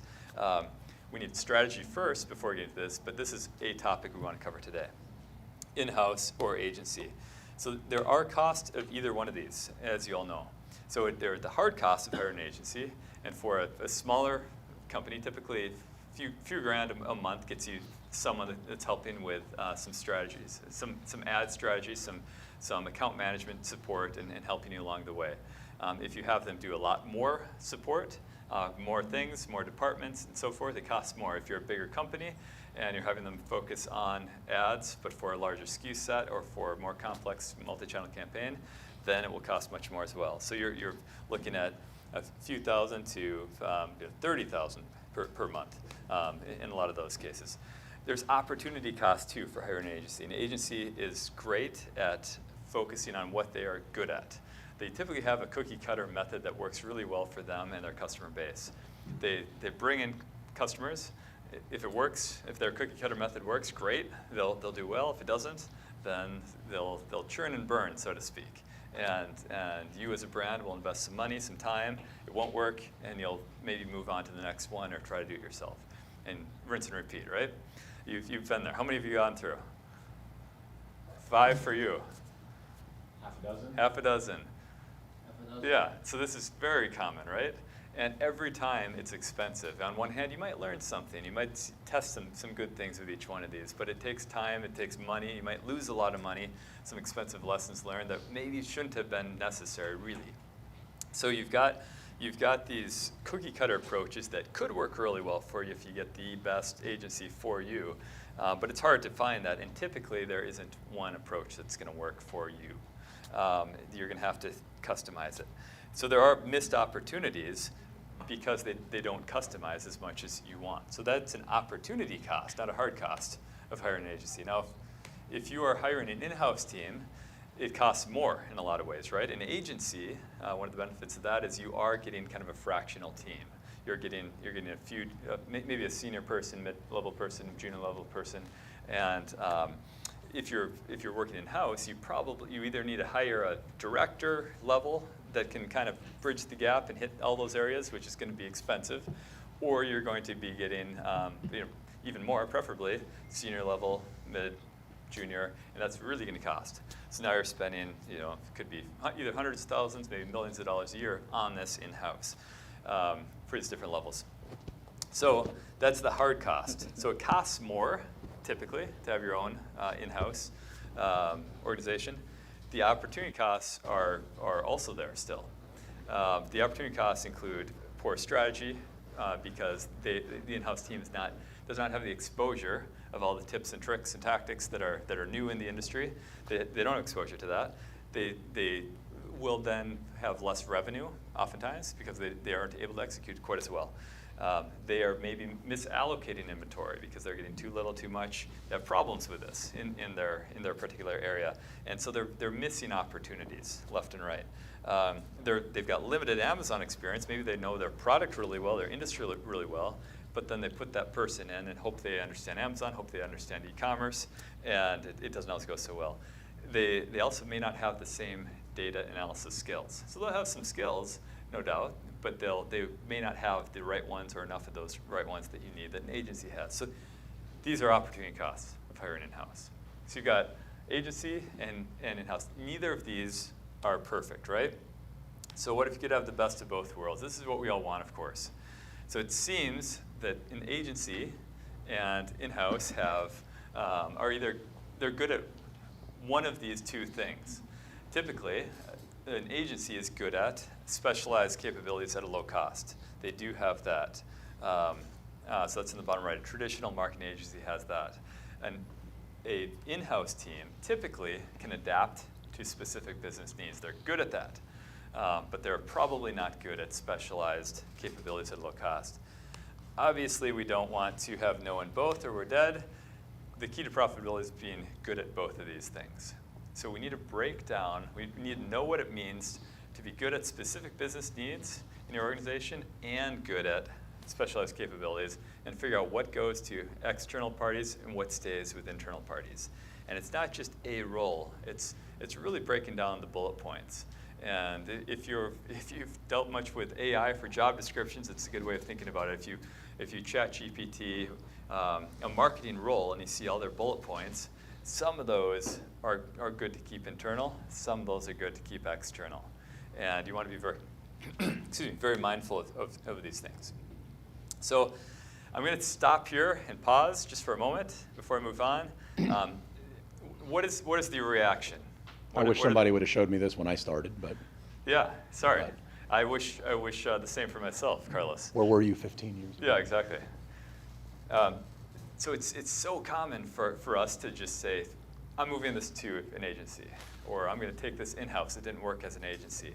What I find is that the things that are specific to your product strategy, to your channel strategy, a lot of the high-level strategies, you need to at least understand all those, as well as anyone in the industry. Your agency cannot understand those better than you. Hopefully, you've been very, very, very instrumental, if not actually the foundation around creating those strategies. The product strategy, how you're competing in the industry, and some of your competitive marketing strategies. That piece you have to be good at. As far as the channel execution, some of those things, figuring out how to apply what just happened last week with the TikTok release, or with the new Amazon fee change, like figuring out how to apply all those, that's great to have agency partners or outsourced partners on those. But the things that are closest to your strategy that differentiate you, you really want to keep those internally. Comments, questions? Yeah. It's more of a comment. In addition, you were right. You have to know your product, but you also have to have at least basic knowledge of what the agency is doing. Without Yes. this basic knowledge, it's just impossible. I've worked with a lot of SEO agencies, and unless you really, they may be the best SEO agency, but unless you tell them what your product is all about and what they need to do, Yeah. you have to have somebody in your team that at least have basic knowledge of all those marketing. Fully agree. So the comment is that you have to have basic knowledge of what the agency is doing internally, no matter what. And this is something that we see so often as a company says, well, I'm going to hire the best. So you got this agency, we're going to move it all to them, and it's going to work great. And it's funny, I don't know if you guys have seen this for yourselves, if you self-reflect objectively, most people macromanage much more an outside agency than an employee or themselves. They don't manage that resource nearly as much. They typically don't list out every single role, or responsibility, I should say, that these people are accountable for. They don't typically put out every single KPI in as much detail. They don't have as much follow-up and checkup. They don't typically have the quarterly or twice a year annual review or annual reviews. These things we tend to do with an assistant or an employee or a team. We don't tend to do as much for some reason with these folks. So if we treat them like a member of our team, we would know this information, like you're saying, and we would really make sure they're cohesive into the team, and we all have that information collectively. Also, one thing I would like your opinion on is maybe thinking on departments long-term and short-term, right? So maybe an agency, I'm okay to hire an agency for a specific department in the company, which I would say it's okay, whatever happens, but certain skills that I want to keep and spend time and focus on, and I would say, no, even if it's gonna be a little more costly, I prefer this to be in-house because I'm building kind of an engine for the company. What do you think of that? Yeah, I think the point is, is there a time, are certain roles better to have internal? Yes. And also maybe there are certain times when certain roles are better to have internal versus external. And absolutely, yeah, I think product differentiation, really knowing your product, you can't outsource too much of that. The product and your customer, to really, even more so, right? To really understand your customer, to really understand your product, you've got to be so good at that. People are often so excited because Amazon's easy, so to speak again, and you get some sales for 2 months and you think, wow, we're brilliant, it worked, I'm a genius. But to make it sustainable, and we've got to build the system so we can continually scale these SKUs like this. And if we don't know the customer internally, if we don't know the product and the product roadmap internally, it's going to be a problem. We can't outsource that. So good comments. Thanks for these. I know this is high level. We're going to try to bring it down so you can apply these things to your business as well. We're going to talk about 3 steps really to having a breakthrough. One is identifying the real constraint. So when we think about the breakthrough, we heard a handful of breakthroughs already. A lot of people think about sales as a breakthrough, or profitability as a breakthrough, some type of growth metric as a breakthrough. And typically these are outputs, not inputs, right? We need to be thinking about what is the input we need to work on to achieve so we can have that output, and what is the constraint between the input and the output. So what are those real constraints? It's funny how often we don't know what our real constraint is. We have a perceived constraint, and it's completely different. So someone will come to us and say, you know, we've got a ceiling here. We can't break through in sales, or profitability is going down, or et cetera, et cetera. You've heard these. You've said these. We all have. I have. But really, what is the constraint? And a lot of times it comes down to digging in deeper in the strategy. Again, this is what we're hoping to do today and long term. What is your differentiation? Typically, it's not just we need to tweak an ad. If you've got one SKU that worked well and you grew, that's awesome. Good for you. Enjoy. Now, how do we turn that into a business? And how do we make sure that's repeatable and sustainable? And is it going to get knocked off, or is there a way that you can avoid that getting knocked off? Is there something you need to do with packaging that can differentiate you? Sometimes that is there an app you can build that can differentiate? There's all kinds of different ways you can try to differentiate. Think about objectively why you're not scaling, why your profitability is being capped at the moment. So let's. Do you have? Are you throwing this around? Go ahead. Go ahead. Oh, we're getting ready. So get your questions ready. So think about your constraint. We talked about your breakthrough. So what is your constraint? I guess one was financing. You mentioned. So that's good. That's a great constraint. You can figure that out. You can solve for that. What else is truly a constraint? Well, who has one? Carlos. Hours in day. Hours in a day. Interesting. That's good. So that's super common, right? We all say that. Why is that a constraint? Kids. Not planning correctly. Poor planning in what? Some areas Okay. I might plan bad, and that's why I feel like I have less time, but some of it comes down to that. Good. A real constraint I'm seeing in my job is actually it's becoming more and more competitive each year. You know, the products that we sell, the competition is getting tougher every year. So sales, for us to keep the same volume of sales, we have to sacrifice profit, do more advertising, promote, do my you know. I love that topic. This is great. These are great examples. And so one example is not enough hours in the day. That's a constraint. And sorry, your constraint. You just. Well, constraint. In a sentence. In a sentence. Competition and then you have to lose profit to be able to have the same volume in terms of units sold, for example. Thank you. So these are super common. If we have clear strategy and clear priorities and planning, as Carlos is alluding to, is it easier to get our stuff done in the day? Every company has limited resources. Google, Microsoft, all these big companies have limited resources, just like us. It doesn't seem like it some days to us, but they do. So they've got to choose very carefully as well and pick their priorities. If we pick our priorities, can we get those priorities done? Typically we can, but we need to make sure these priorities are like kind of what you're getting at. Will they help us differentiate? Will they help us cut through the competition, which is ever increasing? So that's what I want you to focus on. What are the ways you can differentiate in a sustainable, scalable way so you can break through? So what are the real constraints? So this is what we do. We work to figure out what are the real constraints and help with breakthroughs. As you are doing this, you are creating a solution. You're architecting a solution. You're breaking through. So to do this, you need to know your vision, your strategy. You need to identify the resources, or you can't break through, right? So like we're talking about here, if we don't have clear enough priorities, if we don't have clear enough differentiation or breakthrough, we're not going to be able to. So we need to get to the vision, strategy, and resources.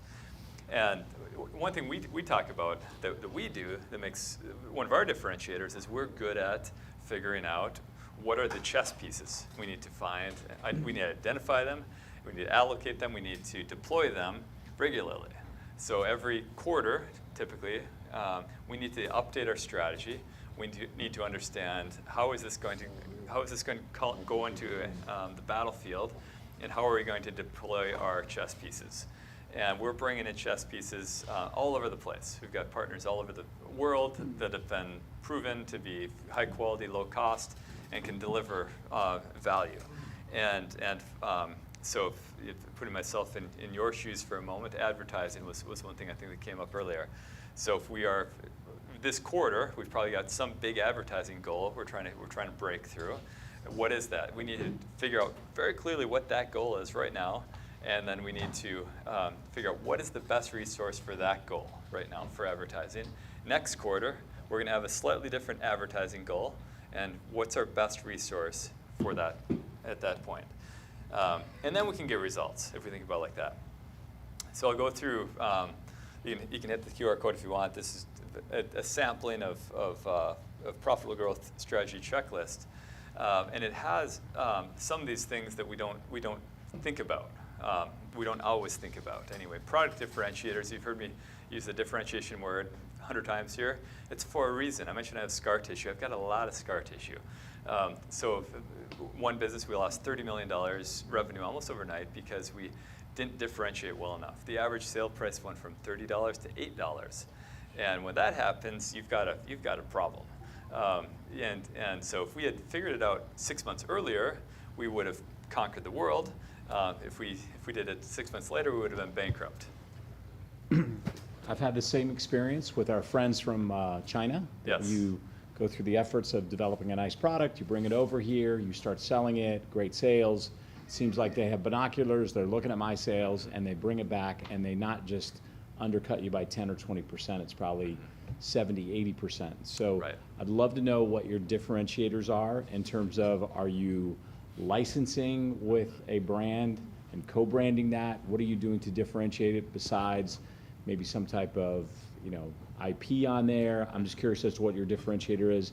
Is that bundling it with something that's maybe made here in the US to make it harder for the Chinese to come over here and copy us? Yeah. So that's kind of I'm curious to know what your product differentiators are. Yeah, and it's really different. So the question is, what are the product differentiators so we can avoid these things? So going into this, I'll give you a little bit, I'll peel back one more layer of pain, if that's helpful. So maybe it could be, maybe you don't have to go through that pain. I am going to China later today, as I said, so if you let me know who these guys are, I can Rough them up, maybe rough them up. help. But with, it's inevitable, of course. You've got this out there, and it's good for the market. It is a marketplace, so the best product, the best person will win at these things. So it's good. As a customer, we love it. As a seller, we hate it. But what I thought was happening is many years ago for our products was that we had good low price and we were going direct. And we were making it with contract manufacturing. No one else could do this quite as well as us. Thought we were okay. We were wrong, clearly. And so these guys started doing it themselves. Well, first off, they started using black hat tactics. A lot of these things that you see, it's not as common now than it was then, but that hit us hard. And then there was just the knockoff issue that we're talking about right now. So at the time, there were not nearly as much for differentiation. Now we look at things much differently. We want to look at the customer and what the customer really, really wants. And what would make a customer come to us for this product more than someone else? So I'm answering you more of the thought process than an example so far. But why would a customer come to us versus the cheapest person out there? Is there some type of experience we can deliver? It's interesting, in our weekly coaching sessions, this was a topic, I think, in the last couple weeks. And a couple of people were giving their examples of how they're differentiated because of X, Y, Z, and it kind of sounded like what I just described. It wasn't a great differentiator, right? And it was pretty clear it wasn't a great differentiator. I really beg you to think objectively about your differentiators. And it's so common for people to say, well, the other one's a cheap Chinese piece of garbage or whatever, and but mine is much higher quality. Okay, so what are their reviews? What are your reviews? And what is their cost and or price on the market? What is your price on the market? So truly, do the customers that you're targeting agree that you are selling a product that is much higher quality, and they're willing to pay much higher for that higher quality? And if we ask the question that way, it's pretty revealing. It can be pretty revealing, right? Do we truly have something that people will pay extra for?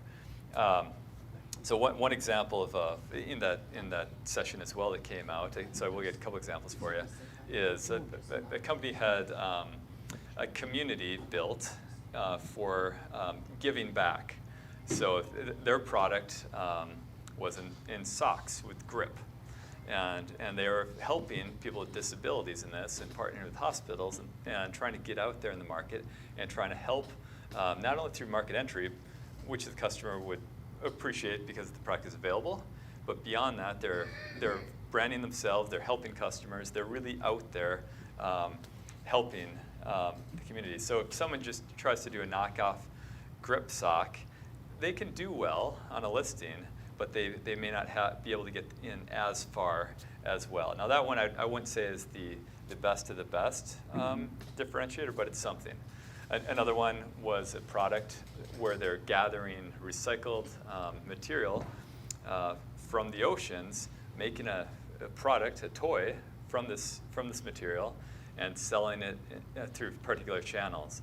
And it's a small enough, niche-y enough market that I don't think it's very likely that others will do that. I do like niche-y markets. I do like markets where there's a cult following. You've got these aquariums back here, Carlos. I mean, that's a market where you've got people that they love this stuff. They talk about this. They use words I don't understand. There's a company we're looking to buy with these little skateboards. What do you call these things? I don't even. You can play fingerboards. Kids use. I know nothing. I can't even think of the right name for it right now. But there's this whole culture around this stuff. And they have words I don't understand. And so if one thing they were very good at was being an influencer in this space. And they developed trust and connected with the brand, so they're out there. So part of their differentiation was they had so many ways of bringing customers in through these other channels, these social channels, because they had such expertise. So that's a common one too, if you can bring people in because of expertise. Another example is a company we've worked with that has decks. So they sell decking material. Instead of just selling, whatever the hinge on the door on the deck, like a million other people do, and people in China will knock off for 10% less, maybe 80% less. They're selling the deck. And so that requires like sales expertise, technical expertise. Someone needs to call in, they need to work with them, they need to, that's hard. It's hard to put a deck on Amazon. And so if you've got a product that requires customization, you can think about that. So there's a handful of little examples for you to think about. Hopefully it's helpful. But another one is in app. I love it when there's an app. We've got a business where there's an app tied to it. So, and there's critical mass in terms of customers that use the app. Then the app gets more powerful with network effects. If the product has that attached to it, now you've got something, right? Because if someone knocks it off and has a product without the app, without the critical mass of the network, it's not even close to as valuable, right? So cool, they can knock it off for 30% less, but it doesn't matter. You've got this cool thing. So when you think about how do you tweak your product just slightly, or talk about your product just slightly differently to have differentiation, I encourage you to think about a whiteboard, a blank whiteboard, be objective, and imagine the product that you have working doesn't exist yet. Is that the product you would invest in? Or is it more than a little tweak? Because I've definitely been guilty of trying to tweak something a little bit in my product category, but really it needs a massive shift to really be able to differentiate. Do we have the, can we throw the cube back there? Can we throw the cube? Yes, I'm sorry. Thank you. Go ahead. So What about this strategy specifically for the constraint of Chinese sellers or different competition coming, of having, maybe if you got cut on price, maybe, and also depends on your budget and all of that stuff, but how about bringing almost the same product, different target prices, meaning instead of letting the market eat you, you get another market share of having low price, mid price, and high price. If you feel like, okay, this is a niche that you wanna, this is a product that you want to keep selling, you don't want to lose market share for anyone, and you want to grow your catalog, and you want to see, okay, which audience is gonna go for what prices, maybe being in 3 levels. Yeah, so this is another thing that I've got scar tissue on.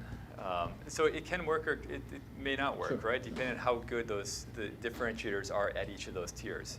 So that if I think everyone would have heard, but if not, it doesn't make sense to have different tiers for competing with different types of markets, and that's fine. But you better be good at each one of those, and first pick one that you're really good at and can differentiate in. For example, we've got a product where it actually helps to be U.S. made. A lot of products people could care less, or they might not even want it because they assume that the pricing would be too high. With this particular one, it matters. So the high price can be U.S. made. So maybe that works, but I wouldn't. For most products, that does not work, right? So for each of those, make sure you've got differentiators. No one cares where their garlic press was made.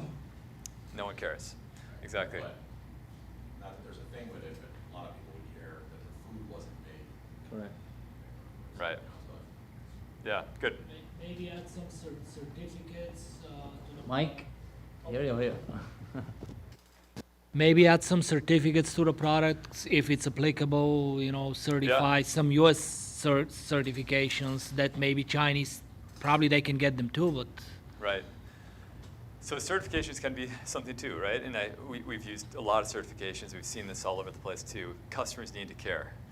So if you can do whatever you want, but if your customer does not care, it doesn't matter. So if you want to have certifications be your differentiator, if you think that will work, you need to find a customer that cares about that. It all starts with the customer, way more than the product, right? So the certification that you've got, they can be a dime a dozen too, right? And so just be careful of that.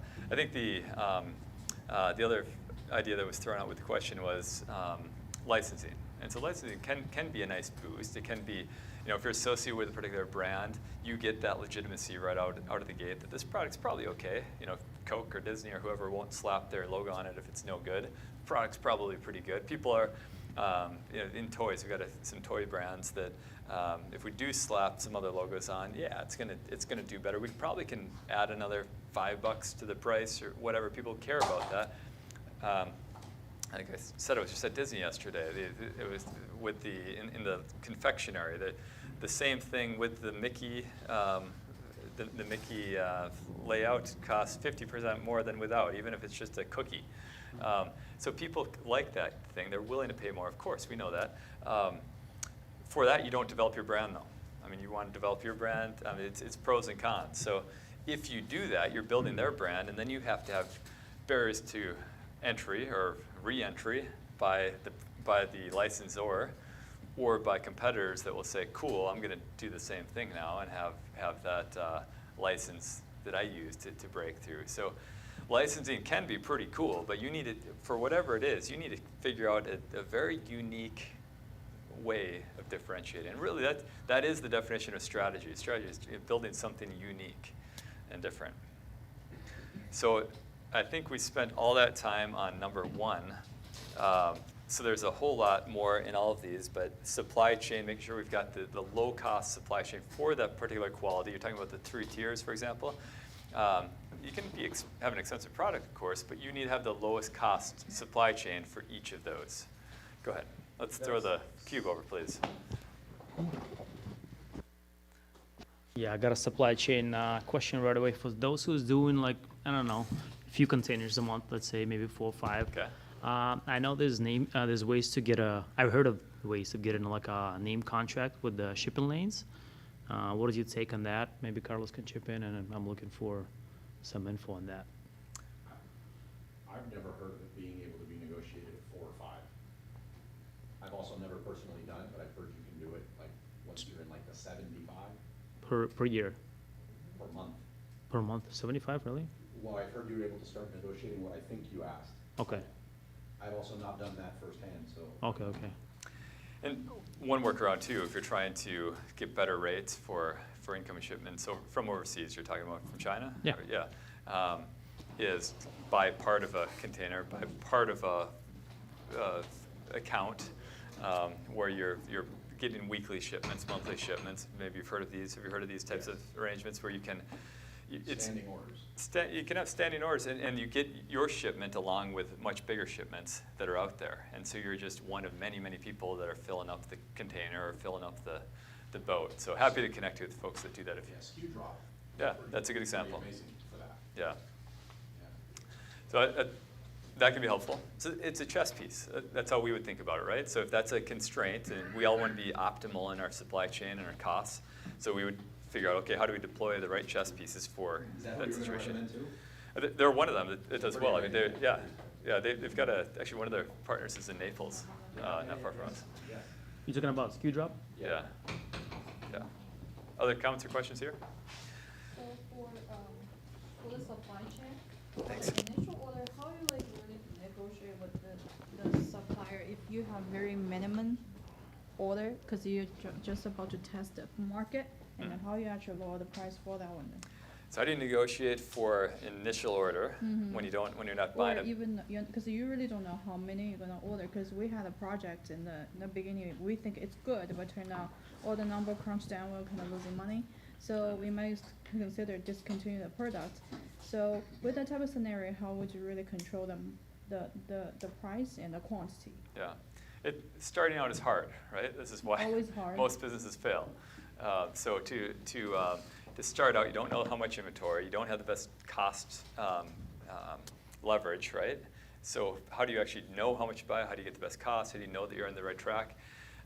Some of these ways, I actually don't worry about that as much. If we're getting into a new category, new product, because what's important is that we have good unit economics so we can scale.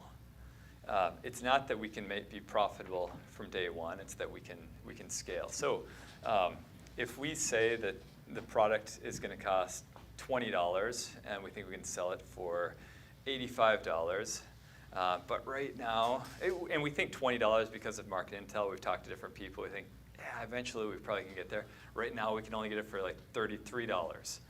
This is terrible, right? This is terrible. We won't be able to be as profitable as we need to be. We may not be profitable at all.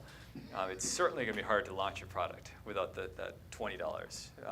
With $3, it's going to be super hard. But if we believe we can get to $20 at some point, then we'll do it at $33 because we'll say, well, look at this. We know the unit economics will be there, and we know we can negotiate. But if we would not enter a market if we believe we cannot ultimately get to where we need to be. So we try to optimize with variable costs all over the place, and some of these things on this page get to variable costs. You want to make sure variable costs are optimized, like operational efficiency.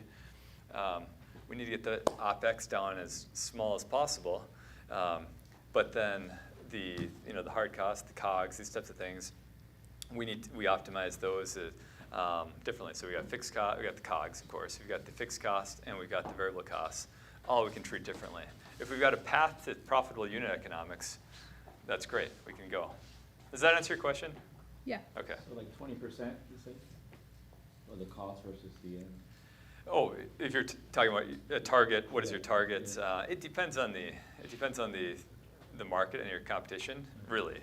And things keep changing too. Like the cost for the commission for low price clothing on Amazon has changed because Shein and these. So the market, 70% is a rule of thumb that we like to have that kind of margin. But it can be lower or higher depending on the product. I love the example. I agree with it. Just personal question. Did you ever, that was an extreme for you, or have you actually you went to 33 on a 20? That was a example that, Right. Yeah. Okay. Yeah. That makes sense though? No, Yeah. 100%, Yeah. I agree. 25, 20, Yeah. I've done that. Yeah. 33 to 20, Yeah.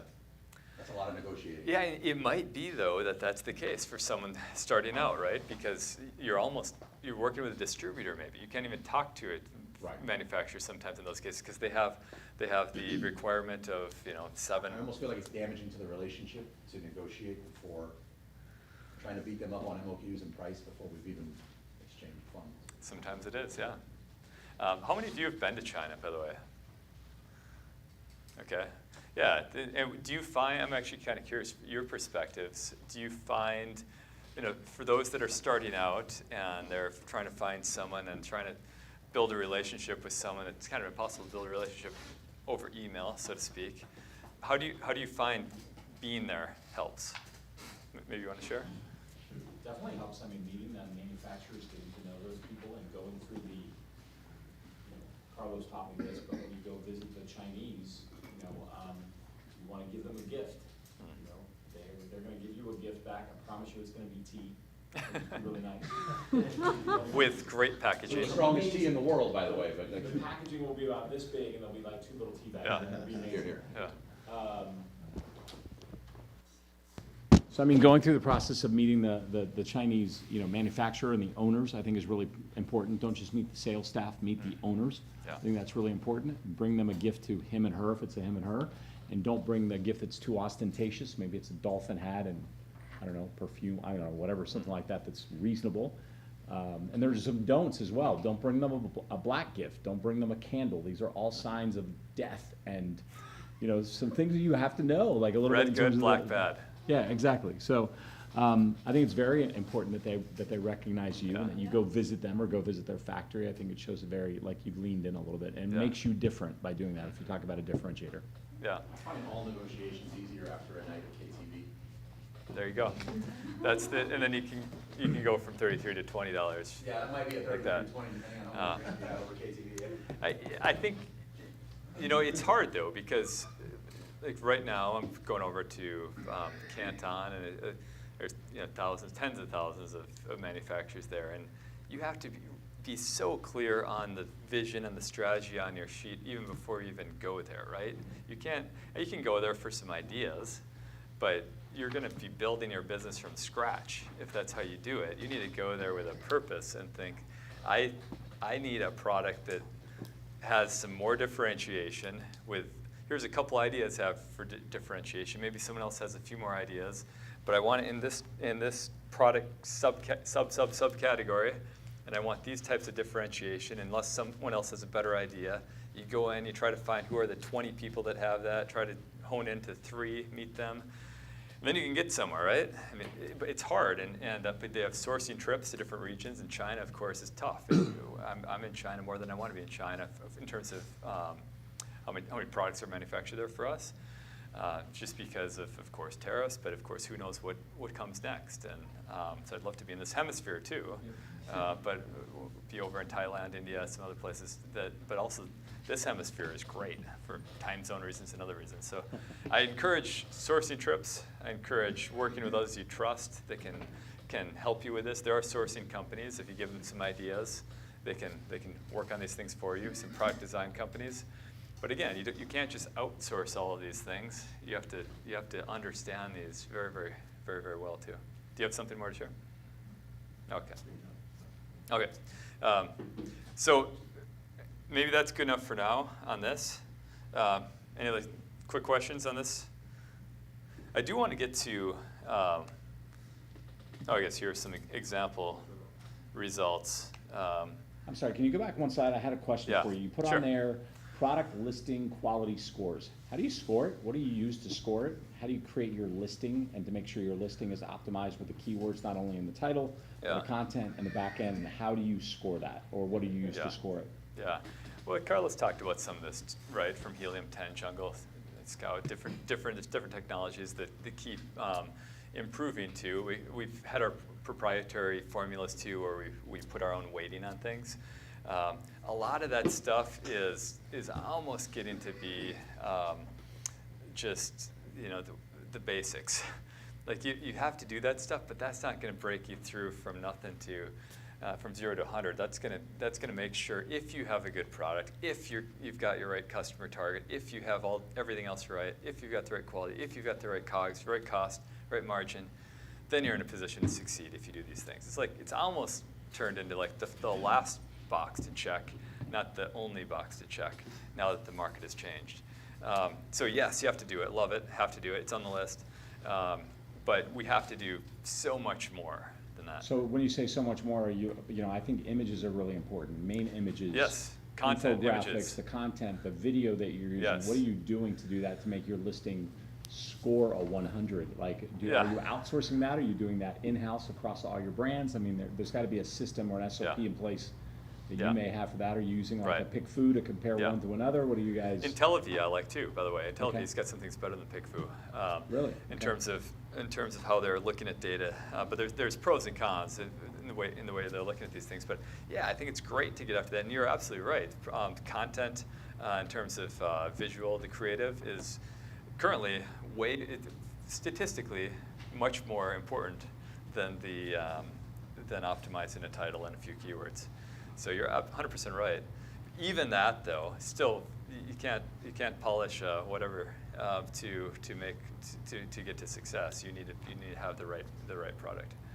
So, but how are you doing that? I mean, are you doing that in-house? Are you using software? Okay, sorry. Yeah, you were so trying it's more like very specific.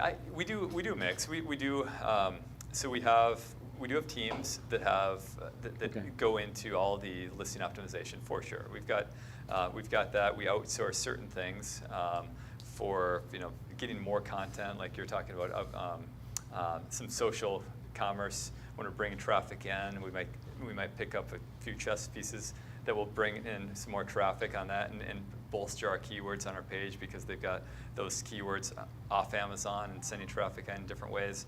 So there's different things that we do to try to check. The basics we are doing in-house.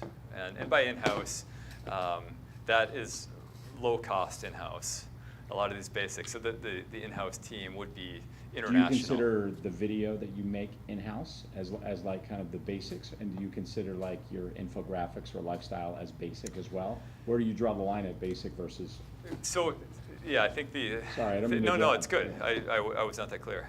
So when I said basic, I guess I was meaning some of the things that I think you were talking about first, which is the content for the title, the keywords, a lot of those things. We have offshore, internal, but offshore resources for those. So they're low cost because a lot of people are good at that. It should be low cost, either AI or low cost offshore. With video and some of these things, infographics, these things we're kind of in between, I would say. Some of these things we're bringing more and more also in-house, offshore, because it's getting more and more commoditized as well. People are getting better and better at that. But we do test a few things. There's influencers that create videos, right? There's user-generated traffic. There's like join brands, if you want some specific ideas, right? That can create some content and very affordably. There's others like this too that can create content affordably that you can use without creating all the content yourself. So you don't control it as much, but it's low cost, it's genuine, it's authentic for the brand if you do it right. Anyway, hopefully that's helpful for now. Happy to jump in more too later if you want.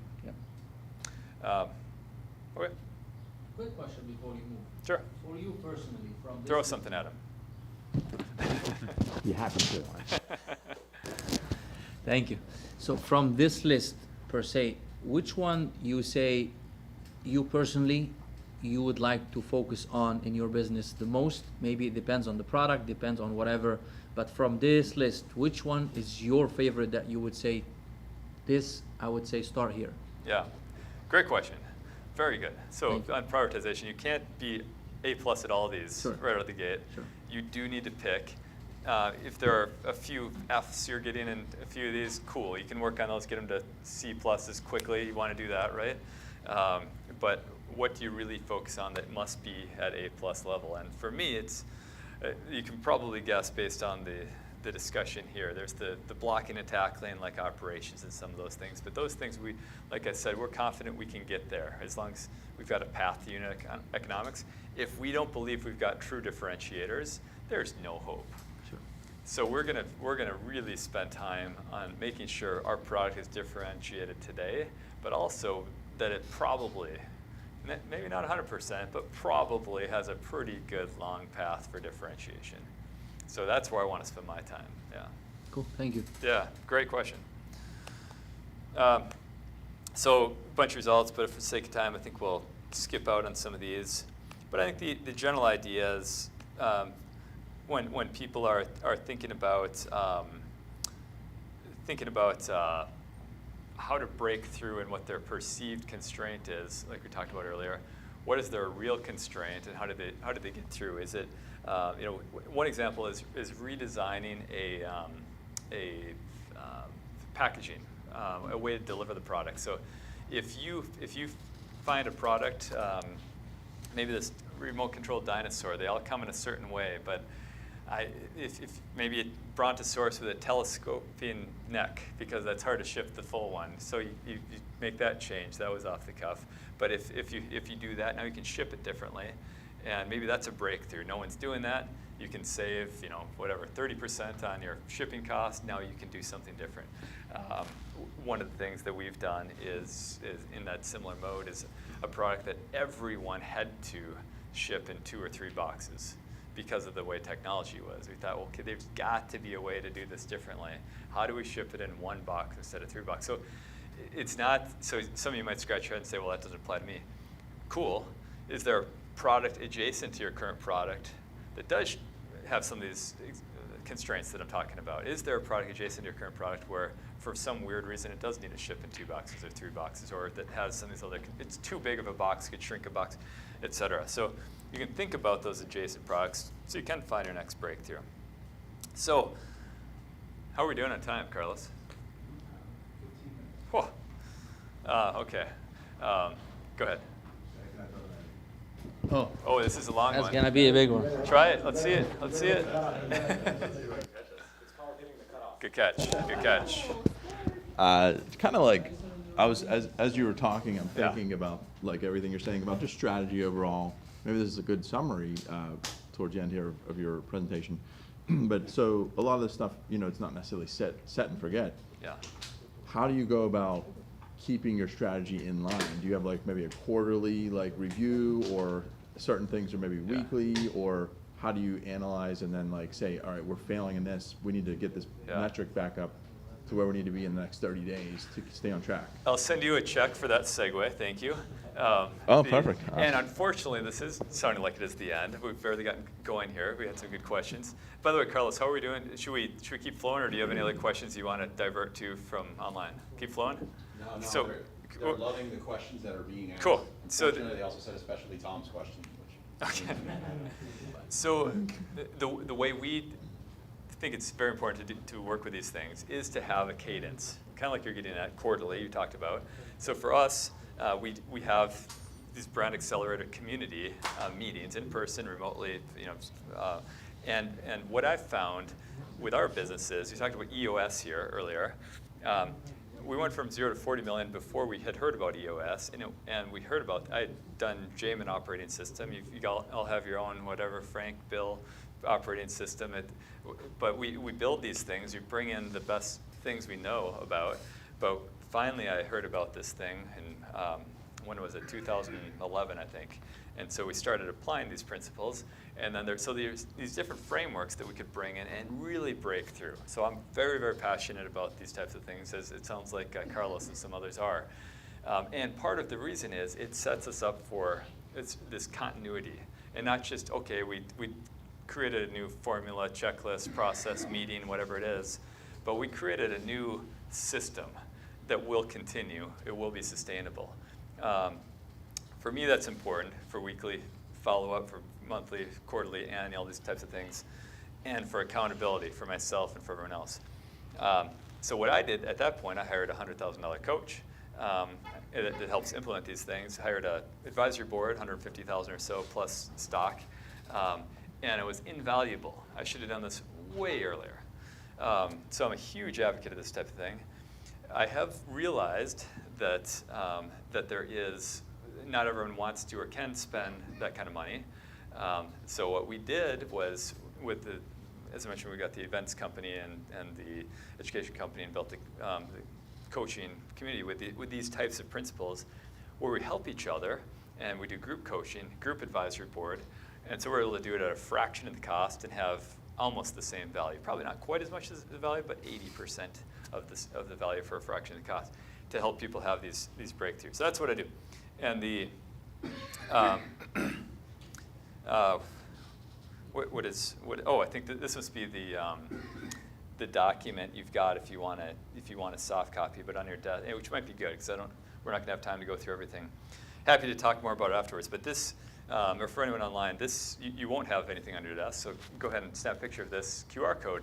This allows you to get clarity on your vision, your strategy, and your plan, your operating plan once you have your strategy, once you have your vision, and then to identify resources. And so that's important, and like we were just hearing about, that is the way, once we have these things in place, we can actually get these things done repeatably and systematically. I'll zip through a few here, and I don't know if we're gonna, I'll zip through a few and see how we are on time.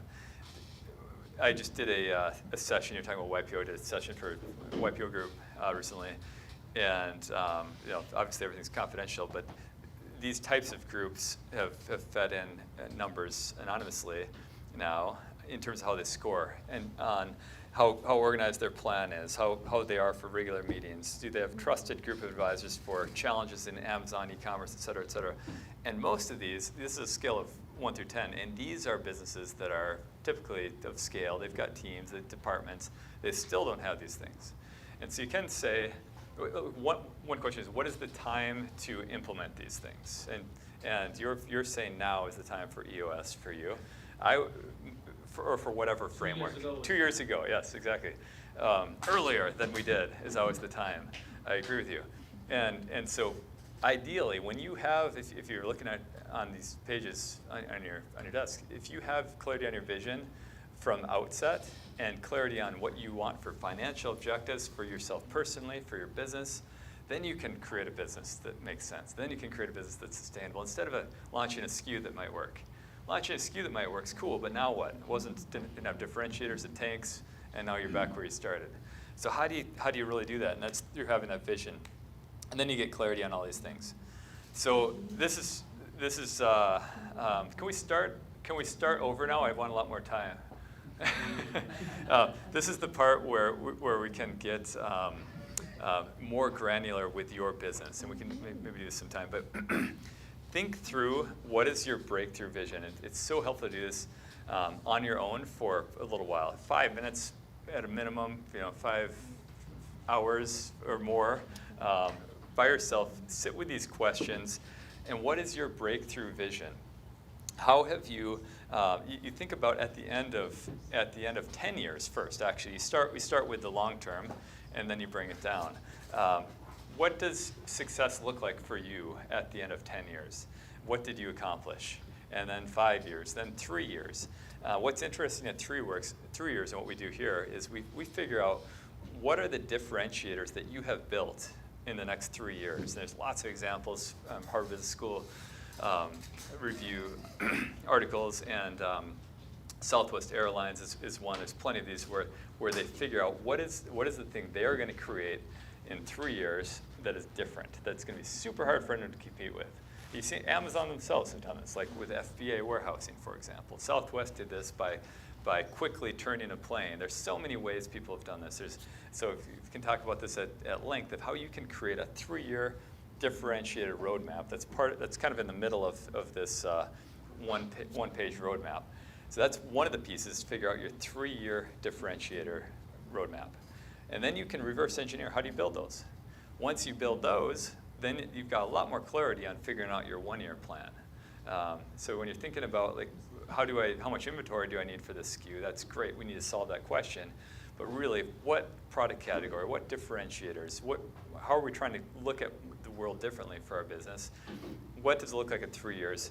this year, what do I need to do? I need to get financing. I need to put all these little things into place. This year, I need to get to China or talk to a sourcing partner to make sure I've got 2 new differentiators that really break me through, or why bother? So these types of things you want to put in place every quarter for 3 years. You put these into your 12-month vision, and then you figure out not only the outcome, but but how you got there, the measurable activities. So happy to chat more on that. Just real quickly on this strategy roadmap. So this is one page, and take some time on it. Hopefully it's valuable to you. But you start on the left, you work to the right. On the left is real long term. On the right is real short term. So it goes, basically 100-year, like core values, things that will outlive you if you exit the business, whatever.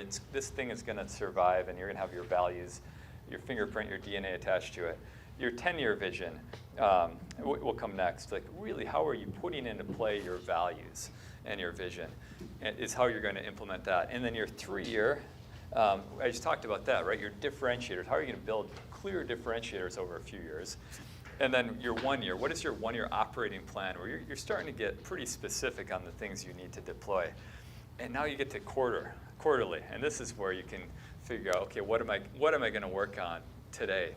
You can then move quarterly into a 13-week plan, 13-week race, some people call it, where every week of the quarter you're making progress on this, and you're thinking through, because one question again was how do we stay accountable? How do we make sure these things move forward? If you do a 13-week race for the quarter, you and whoever is on your team, if anyone, hopefully you've got some people taking some responsibilities off your plate, they're forced to think through what's going to break in 13 weeks. And so it's so common for us humans at week 12 to say, well, stuff happened. There was some unpredictable things happen. We'll move this thing to next quarter. But if out of the get-go we say, what are the things that need to happen so we achieve our 13-week race, and put them, like generally, if this in week 3, this in week 8, it's wrong, but at least it's directionally correct, then we have a much, much greater chance of success.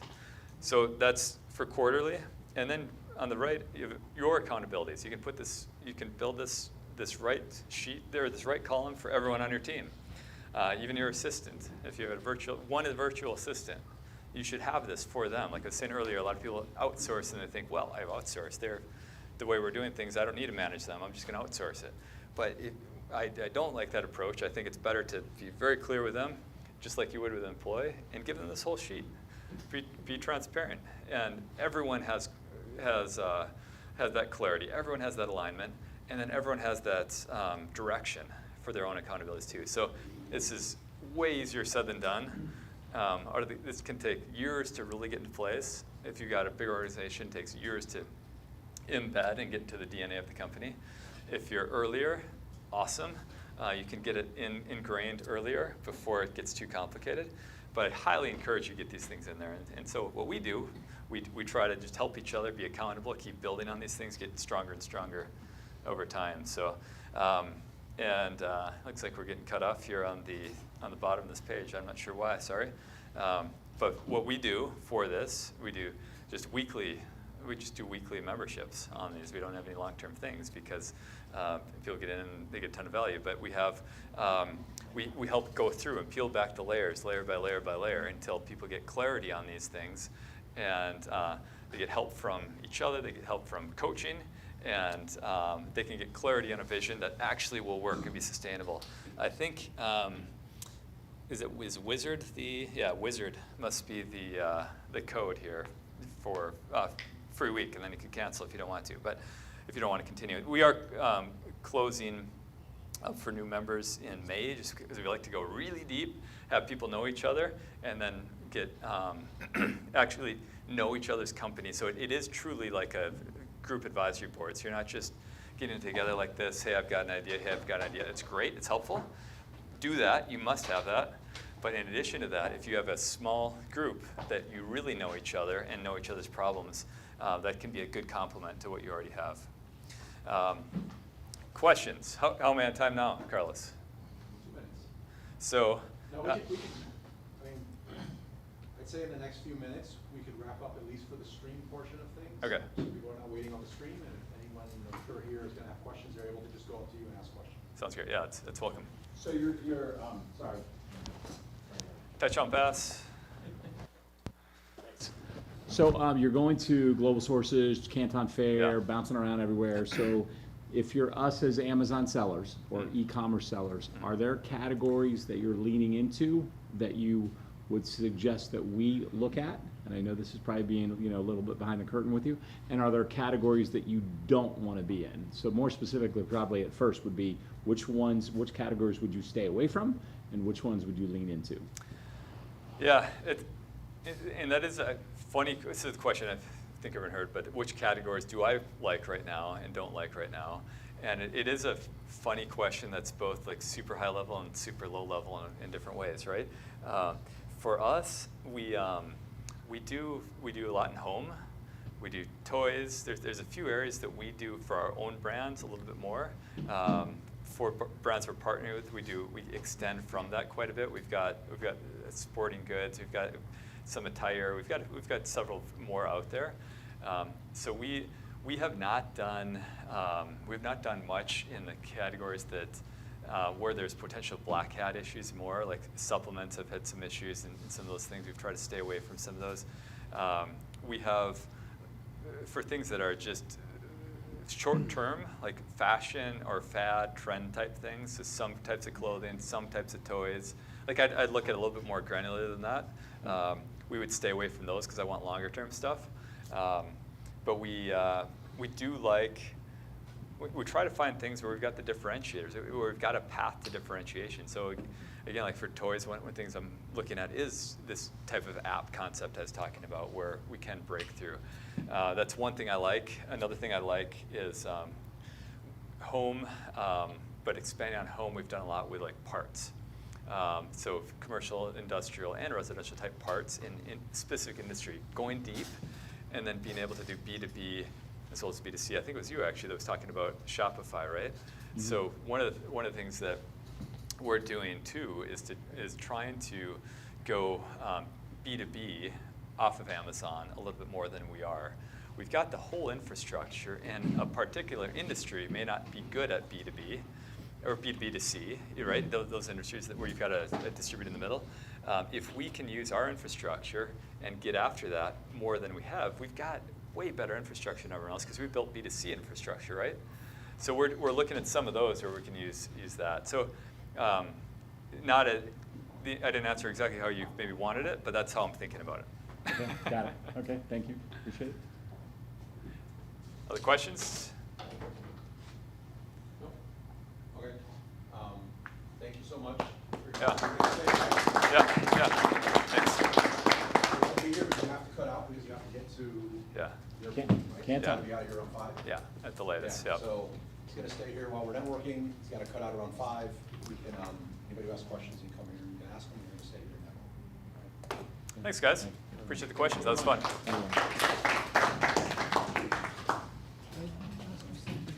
know, Chinese sellers, they can, they're based in China, they can sell directly on Amazon. Is it the same with Vietnamese?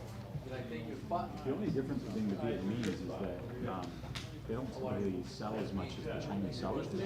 Now, what I'm So seeing. they have the same privilege, like they can register their, they can do the same thing.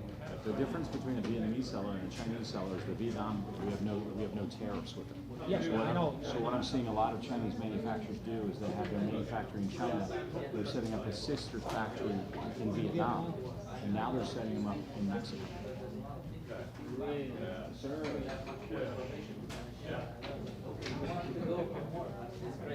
Yeah, for sure.